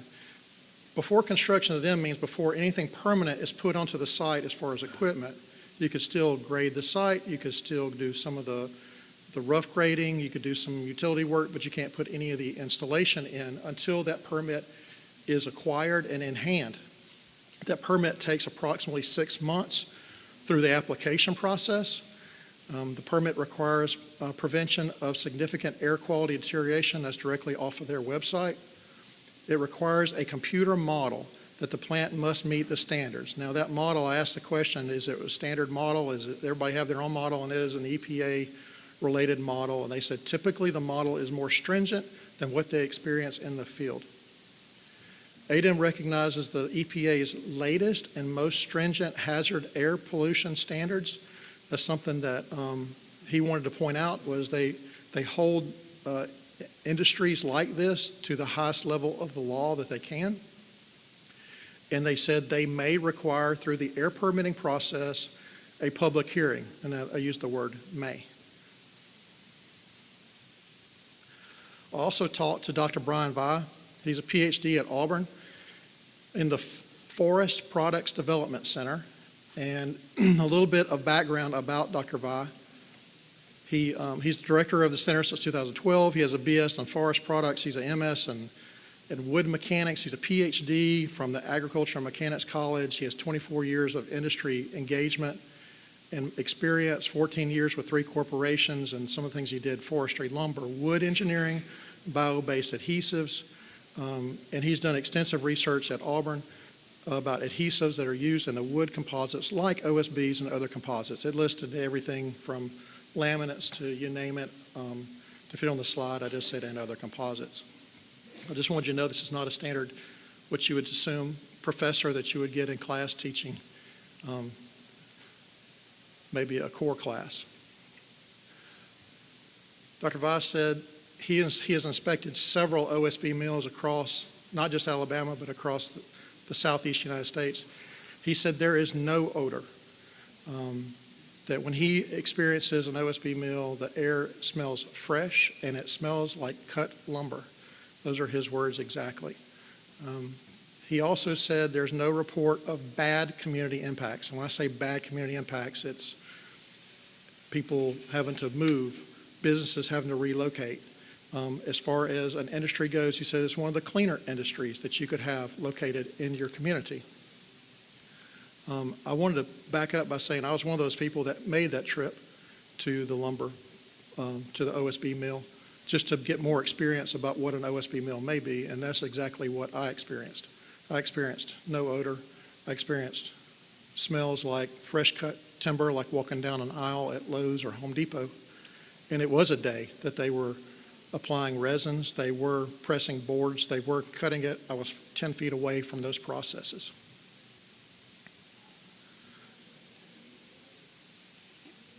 The word formaldehyde comes up a lot, especially during these discussions. So I talked to him a little bit about formaldehyde, and he said OSB mills may use phenyl formaldehyde. The short term for that is PF resin, or they may use something called MDI core adhesive. I'm no OSB expert by any means, but I was taking good notes. Environmental risk is low. He said as far as things that could happen, he said he considered an OSB mill as very low risk, no odor, and he also noted out that no one's brought up, but they can use up to 1% wax in the process, so wax is part of this process as well. He named a couple places between him and the guys at ADEM that we were on the phone calls with. They told me to check out some of these facilities that are recent in the area, and I did so. One of them is Norboard, Alabama, and Lynette. Interesting thing about that is there is a Hampton Inn location about 1,200 feet from the gate of that plant. As you can see at the top right, that Hampton Inn. I thought that was interesting, so on my own I called the hotel and I asked the question to the lady at the front counter, have you had any problems there with the hotel? Is there any smells related to it? Have you had any negative issues, or have you had any complaints from your customer base? And what she said, there's no reported odors, we can't smell anything, there's no negative impacts to the hotel, and we've had no guest complaints. And that's at that Hampton Inn right there.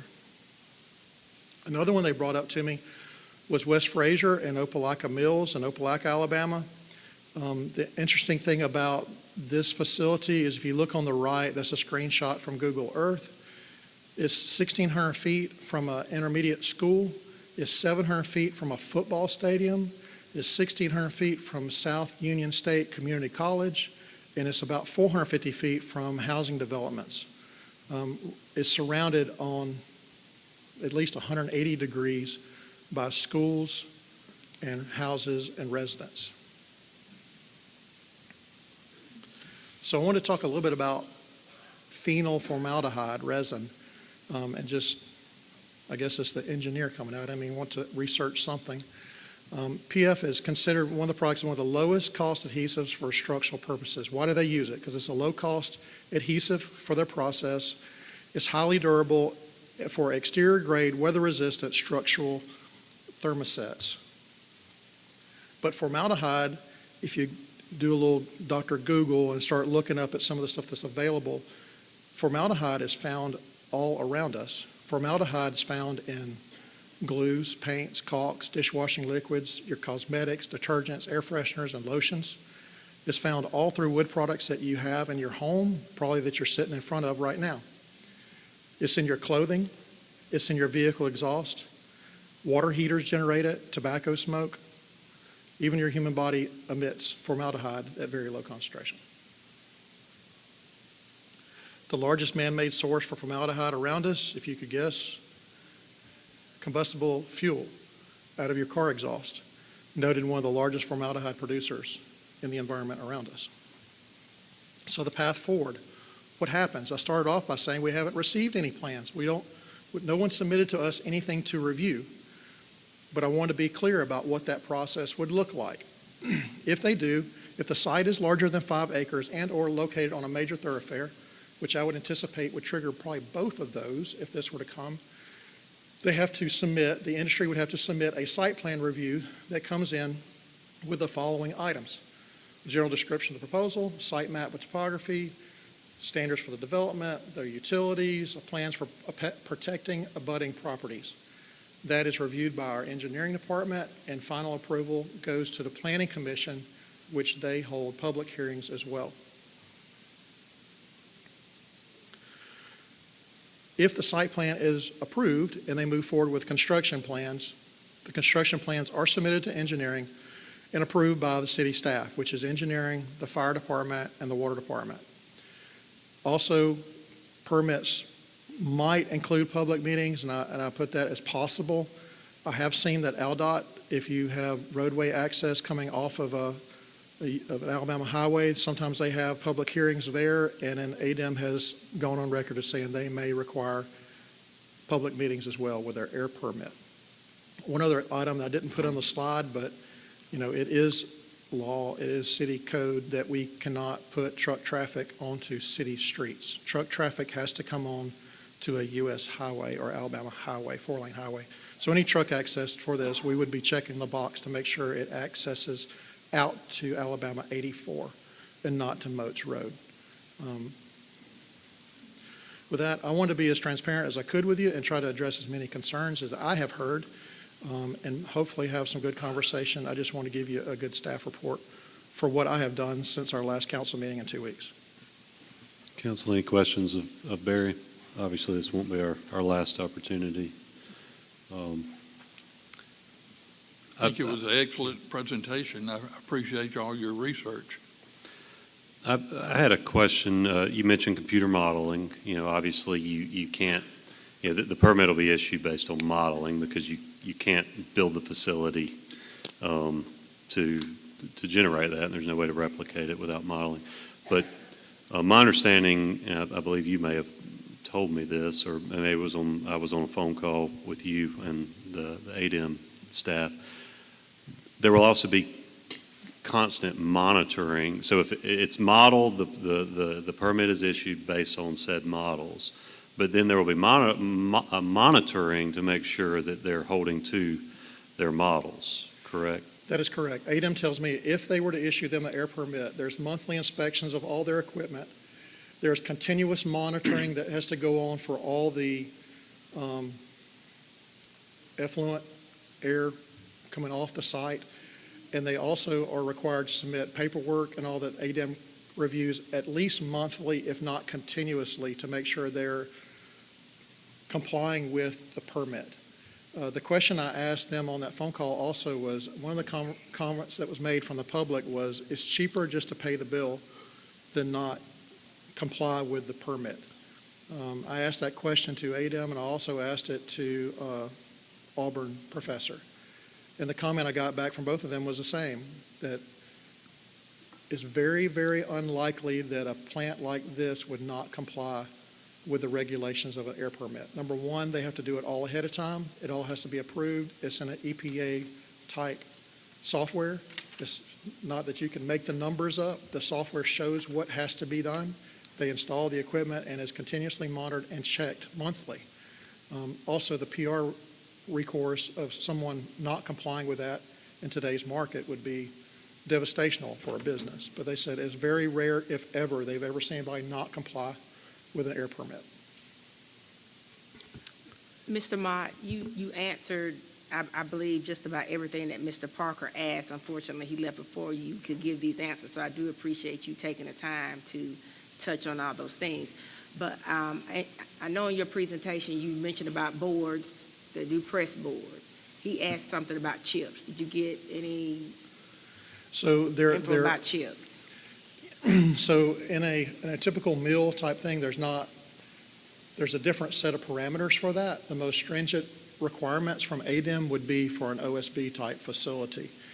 So, a chipping facility would be where they just bring the wood in, create the chips. Now, the plant that we went and visited, they do their own chipping. They bring in raw timber, logs on a truck, and they chip it down into pieces and create basically small coupons, about the size of the palm of your hand and very thin, and then they orient those in one direction and lay the next, and just cross those up with resins to press those things together. That's the way the plant did that I went to go visit.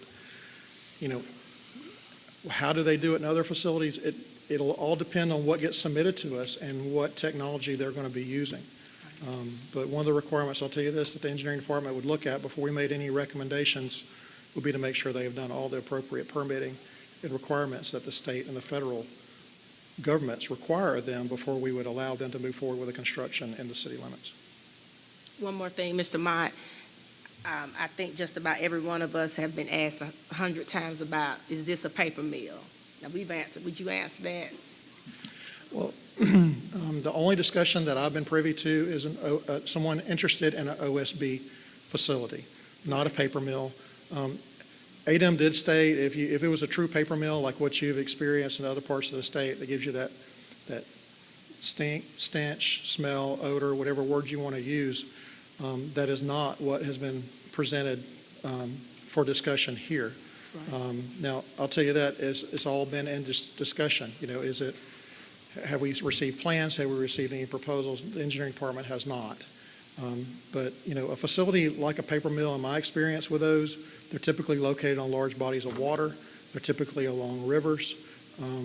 This site would not be a good site for a paper mill here in Enterprise. It's just because of the geography and the requirements it would take for a paper mill. Thanks for clarification. Yes, ma'am. I had another question. You mentioned two facilities up in Central East Alabama. I think one you said was in Lynette, being a OSB mill there, and then the other West Fraser facility there in Opelika. Just for clarification, I'm fairly certain that one in Opelika is a sawmill, right? Not an OSB facility, but similar processes. It's a similar process. It is the one in Opelika is a sawmill, not an OSB mill. Yeah, okay. I just wanted to make sure that They still had some of the same permitting Right. requirements, some of the same transportation requirements, and that's why they asked me to look at those as similarities between the surrounding neighborhoods. But the facility with the hotel within 1,200 feet of the guard shack was an OSB mill there right off the interstate in Lynette. I believe that's Chambers County up in Central East Alabama, right? I'm not familiar which county that is, but that is an OSB facility. Yeah, okay. All right. Any other questions for Barry? Like I said, this won't be the last conversation we have about this. It sounds like there's going to be multiple other checkpoints along the way. So, all right. Thank you. Thank you, Barry. Any other staff reports before we move on with our meeting? All right, seeing none, we will move on to old business. Public hearing and consideration of ABC license request for Las Galeras Mexican Restaurant. I call for a public hearing prior to consideration of a request from Las Galeras Mexican Restaurant LLC, doing business as Las Galeras Mexican Restaurant, for a restaurant retail liquor license located at 2952 Rucker Boulevard. At the close of the hearing, call for consideration. This public hearing is now open. Is there anyone here wish to speak for or against this ABC license request? All right, seeing none, I will now close the hearing and call for consideration of the ABC license request. I move to approve the ABC license request as submitted. Second. I have a motion and a second to approve the ABC license request as submitted. Is there any further discussion? All those in favor say aye. Aye. All opposed, same sign. Motion carries. We'll now move to new business. First item of new business, which we added to the agenda, is the TAP project and a request to seek bids on that. So we have had Barry Mott, City Engineer and Public Works Director, is requesting council permission to advertise for and seek bids for TAP grant TAP OA-TA22931 for a sidewalk along Delville Avenue. I'll entertain a motion to grant this request. I move to grant permission to seek bids for the TAP grant project. A second. All right, we have a motion and a second to grant this request. Is there any further discussion? All those in favor say aye. Aye. All opposed, same sign. Motion carries. We'll now introduce the Planning Commission recommendations. I introduce for the record a recommendation from the Enterprise Planning Commission to approve the following request. A request by the City of Enterprise to accept and adopt the City of Enterprise zoning ordinance and map. A request from North Star Engineering Services on behalf of Richard Bray for the rezoning of 33.23 acres of land from R75S Residential District and B1 Business District to R65 Residential District located at 408 Chambers Street. A request by Boyd Engineering, LLC on behalf of 2F4B LLC for the rezoning of 1.41 acres of land from R65 Residential District to B3 Business District located at 2900 Porter Lunsford Road. I introduce Ordinance 022024, Enterprise Zoning Ordinance. Introduce Ordinance 02-2024, providing for the Enterprise Zoning Ordinance to include the Enterprise Zoning Map as recommended by the Enterprise Planning Commission under the authority of Title 11, Chapter 52 of the Code of Alabama 1975 compilation as amended. I also call for a public hearing to be held at the regular meeting scheduled for March 19th, 2024. Introduce Ordinance 02-2024A, the Bray rezone. Introduce Ordinance 02-2024A, providing for the rezone of 33.23 acres of land owned by Richard Bray from R75S Residential District and B1 Business District to R65 Residential District located at 408 Chambers Street. I also call for a public hearing to be held at the regular meeting scheduled for March 19th, 2024.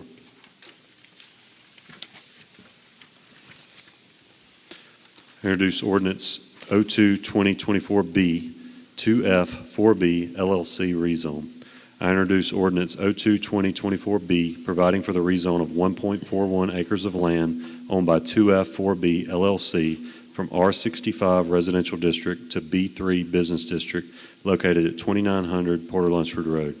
I also call for a public hearing to be held at the regular meeting scheduled for March 19th, 2024. We'll now consider authorizing the mayor to execute a grant agreement for FAA AIG project number 301-0027-027-2024.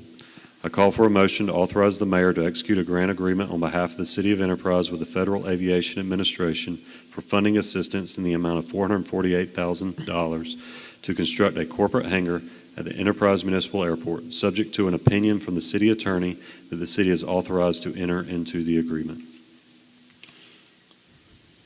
I move to authorize the mayor to execute the FAA grant agreement subject to an opinion from the city attorney that the city is authorized to enter into that agreement. Second. I have a motion and a second to authorize the mayor to execute this agreement. Is there any further discussion? All those in favor say aye. Aye. All opposed, same sign. Motion carries. We'll now review and consider change order number 1, final, for the FY23 resurfacing improvements Phase 3B. I introduce and call for consideration of change order number 1, final submitted by Poly Incorporated for a decrease of $245,362.88 in the total contract amount with Wiregrass Construction Company Incorporated for FY23 resurfacing improvements Phase 3B. The change order adjusts the final contract quantities, increases the contract substantial completion time by 18 calendar days, and adjusts the total contract amount to $2,250,365.52. Move to approve change order number 1, final as submitted. Second. I have a motion and a second to approve change order number 1, final as submitted. Is there any further discussion? All those in favor say aye. Aye. All opposed, same sign. Motion carries. We'll now consider this request for permission to purchase a dump truck from Public Works. I introduce and call for consideration of a request from City Engineer Public Works Director Barry Mott to purchase one 2024 T880S tri-axle dump truck from Truck Works through the Sourcewell Purchasing Program at a not-to-exceed cost of $240,000. I move to approve the purchase request as submitted. Second. I have a motion and a second to approve the purchase request as submitted. Is there any further discussion? All those in favor say aye. Aye. All opposed, same sign. Motion carries. We will now consider this request of permission to purchase equipment for the Parks and Recreation Department. I introduce and call for consideration of a request from Billy Powell, Director of Community Services and Recreation, to purchase the following budgeted equipment from Dowling Truck and Tractor at a total cost of $78,106.39. 2 utility trailers at $3,390 each, 4 steel ledgers at $315.99 each, 2 steel backpack blowers at $513.49 each, 5 steel trimmers at $387.09 each, 1 Hustler Z 54-inch mower at $11,600, 4 Hustler 72-inch mowers at $13,400 each, and 4 mulch kits at $475 each. You can see there that adds up to a sum total of $78,106.39. I move to approve the purchase request as submitted. Second. We have a motion and a second to approve the purchase request as submitted. Is there any further discussion? All is also the equipment. Discover Cave with primary grips at $6,051. Bells of 12-inch at $1,118. And then the Sensory Wave Arch System of $6,790, and the Fun Mirror 12-inch at $367. You can see there with the subtotal, less the discount plus the freight, comes to $11,997.50. I move to approve the purchase request as submitted. Second. We have a motion and a second to approve the purchase request as submitted. Is there any further discussion? All those in favor say aye. Aye. All opposed, same sign. Motion carries. We will now consider the request permission to purchase equipment for the fire department. I introduce and call for consideration of a request from Fire Chief Christopher Davis to purchase the following equipment included in the FY24 budget. 1 Rolling Rack hose management system at a cost of $8,800 from Rolling Rack. 1 hose tester in the amount of $6,000 from NAFCO. And 1 Challenger forcible entry door simulator from E. Darley for $9,600.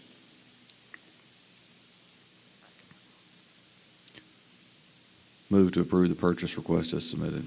Second. We have a motion and a second to approve the purchase request as submitted. Is there any further discussion? All those in favor say aye. Aye. All opposed, same sign. Motion carries. We'll now introduce an ABC license request for Sephora. I introduce a request from M&Y LLC DBA Sephora for a restaurant retail liquor license located at 1109 Bowleville Circle, Suite 5, and call for a public hearing to be held at the regular meeting scheduled for March 5th, 2024. We'll now consider a request to change the March 5th, 2024 meeting location. I call for a motion to hold the March 5th, 2024 work session and council meeting at the Enterprise City Board of Education, Boardroom 220 Hutchison Street, due to Coffee County's use of Enterprise Civic Center as a polling location on the same date. Move to approve the request as submitted. Second. We have a motion and a second to approve the request to change the meeting location as submitted. Is there any further discussion? All those in favor say aye. Aye. All opposed, same sign. Motion carries. Mayor, you have a report for us? Thank you, Mr. President. Thank you again to Reverend Williams and Cornelius Burroughs for your participation in tonight's meeting. Thank you also to our city leaders and staff for the reports on all that was accomplished in 2023. We have much to be proud of and much to look forward to in 2024 here in the City of Progress. I want to thank the citizens who came out tonight to share their opinions with us. It is nice to see so many of our citizens fill the seats of the Civic Center. I speak for the council and myself when I say that we appreciate you being here and for caring so deeply for not only your families, but also for the future of Enterprise. I'd like to remind you that the agenda, packet, and minutes from the council meeting are posted on the city website at enterpriseal.gov. You can also stay up to date with current events in the City of Enterprise by following the City of Enterprise AL on Facebook. Again, thank you everybody for coming. Thank you, Mayor. Sonia? Thank you all for coming and your patience tonight. I think our mayor has said it all, and our staff has provided us with extensive reporting that we're pleased with. And congratulations, Mayor, on an excellent review of the city tonight, as well as your staff. We appreciate all of you all's hard work. And thank you all for coming. Have a good night. Mr. Goolsbee? I would like to personally thank our Public Works Director, Mr. Barry Mott, with the presentation he did tonight, the research he has done on the OSB plant and bringing everybody up to date on that, and I hope it answered a lot of questions that people had. Thank you all for coming tonight. Mr. Padgett? Thank you, Mayor, staff, for that great report tonight. Also, thanks to all you that came and stayed to the end of this meeting tonight. Again, I'll echo some of the same stuff. Thank you so very much to our staff. Mayor, thank you for that 2023 look. It's a great update for everybody. I just wish more people fill this place every time we have a meeting to hear those things. And thank you for all our citizens that are watching online. I got a text that we're hanging in there. We're doing good. Thank you for all of you that hung out tonight with us and stayed here. Again, all our meetings are open. Please come to our strategic planning meeting when we have them, city planning meeting. And Emily Glasgow, our public information manager, does a great job making sure that's on our websites. So if you're not familiar with some of those signs that are around town, stop, get the phone number, call me. All our numbers are on our Facebook page, on the Enterprise site. But we need to have everybody informed. And I'm just as proud as a peacock tonight with all the presentations and then seeing this place almost filled. I wish we could do that every time. So God bless and thank you, and have a great weekend. Thank everybody for coming. Sincerely appreciate everybody coming and letting their concerns be known. Certainly thank the mayor and his staff for that great recap of a very busy 2023.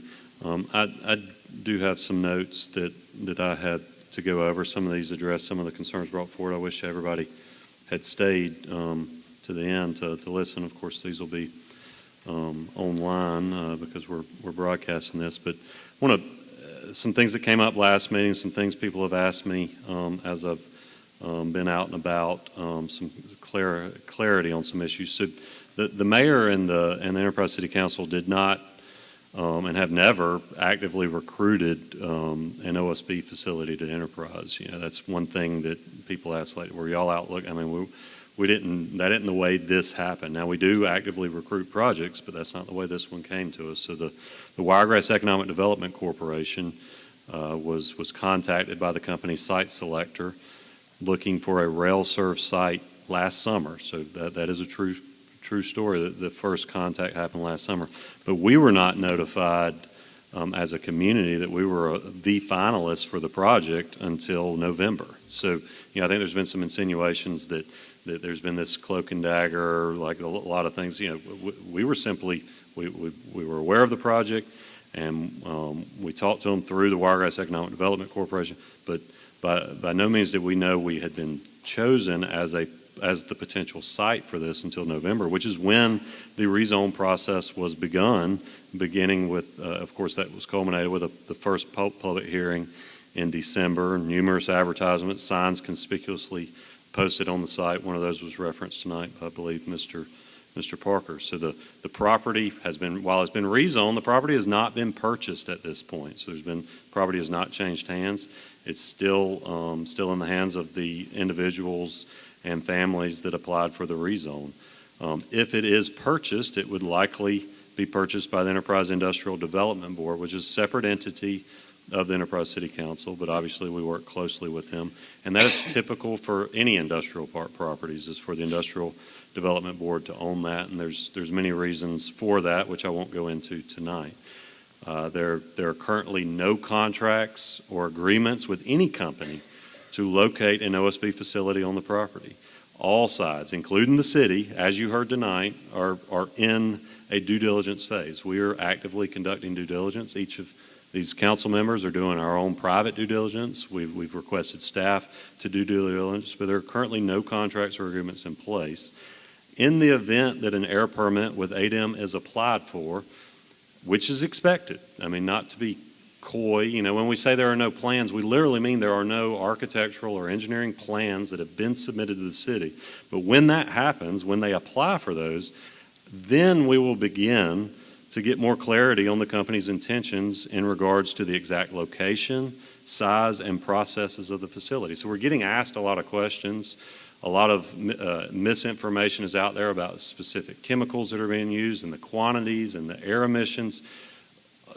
We can't answer those questions because we have not seen their plans. I believe they are probably actively working on those plans. But once we get that, then we can begin to gain clarity on that issue. And then, like was said tonight, there will be 2 public comment periods for the air permit, and there may be a public hearing, like Mr. Mott said.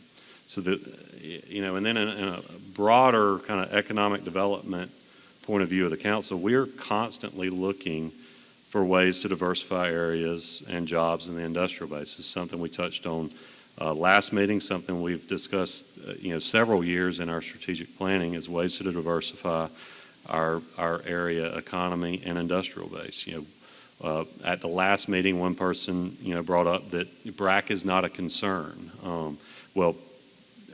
I just happen to disagree. The last BRAC, or one of the last BRACs, I believe it might have been the last one in 2005, Fort Rucker lost 300 jobs. While BRAC did not shut down Fort Rucker, we still were a net loser of jobs.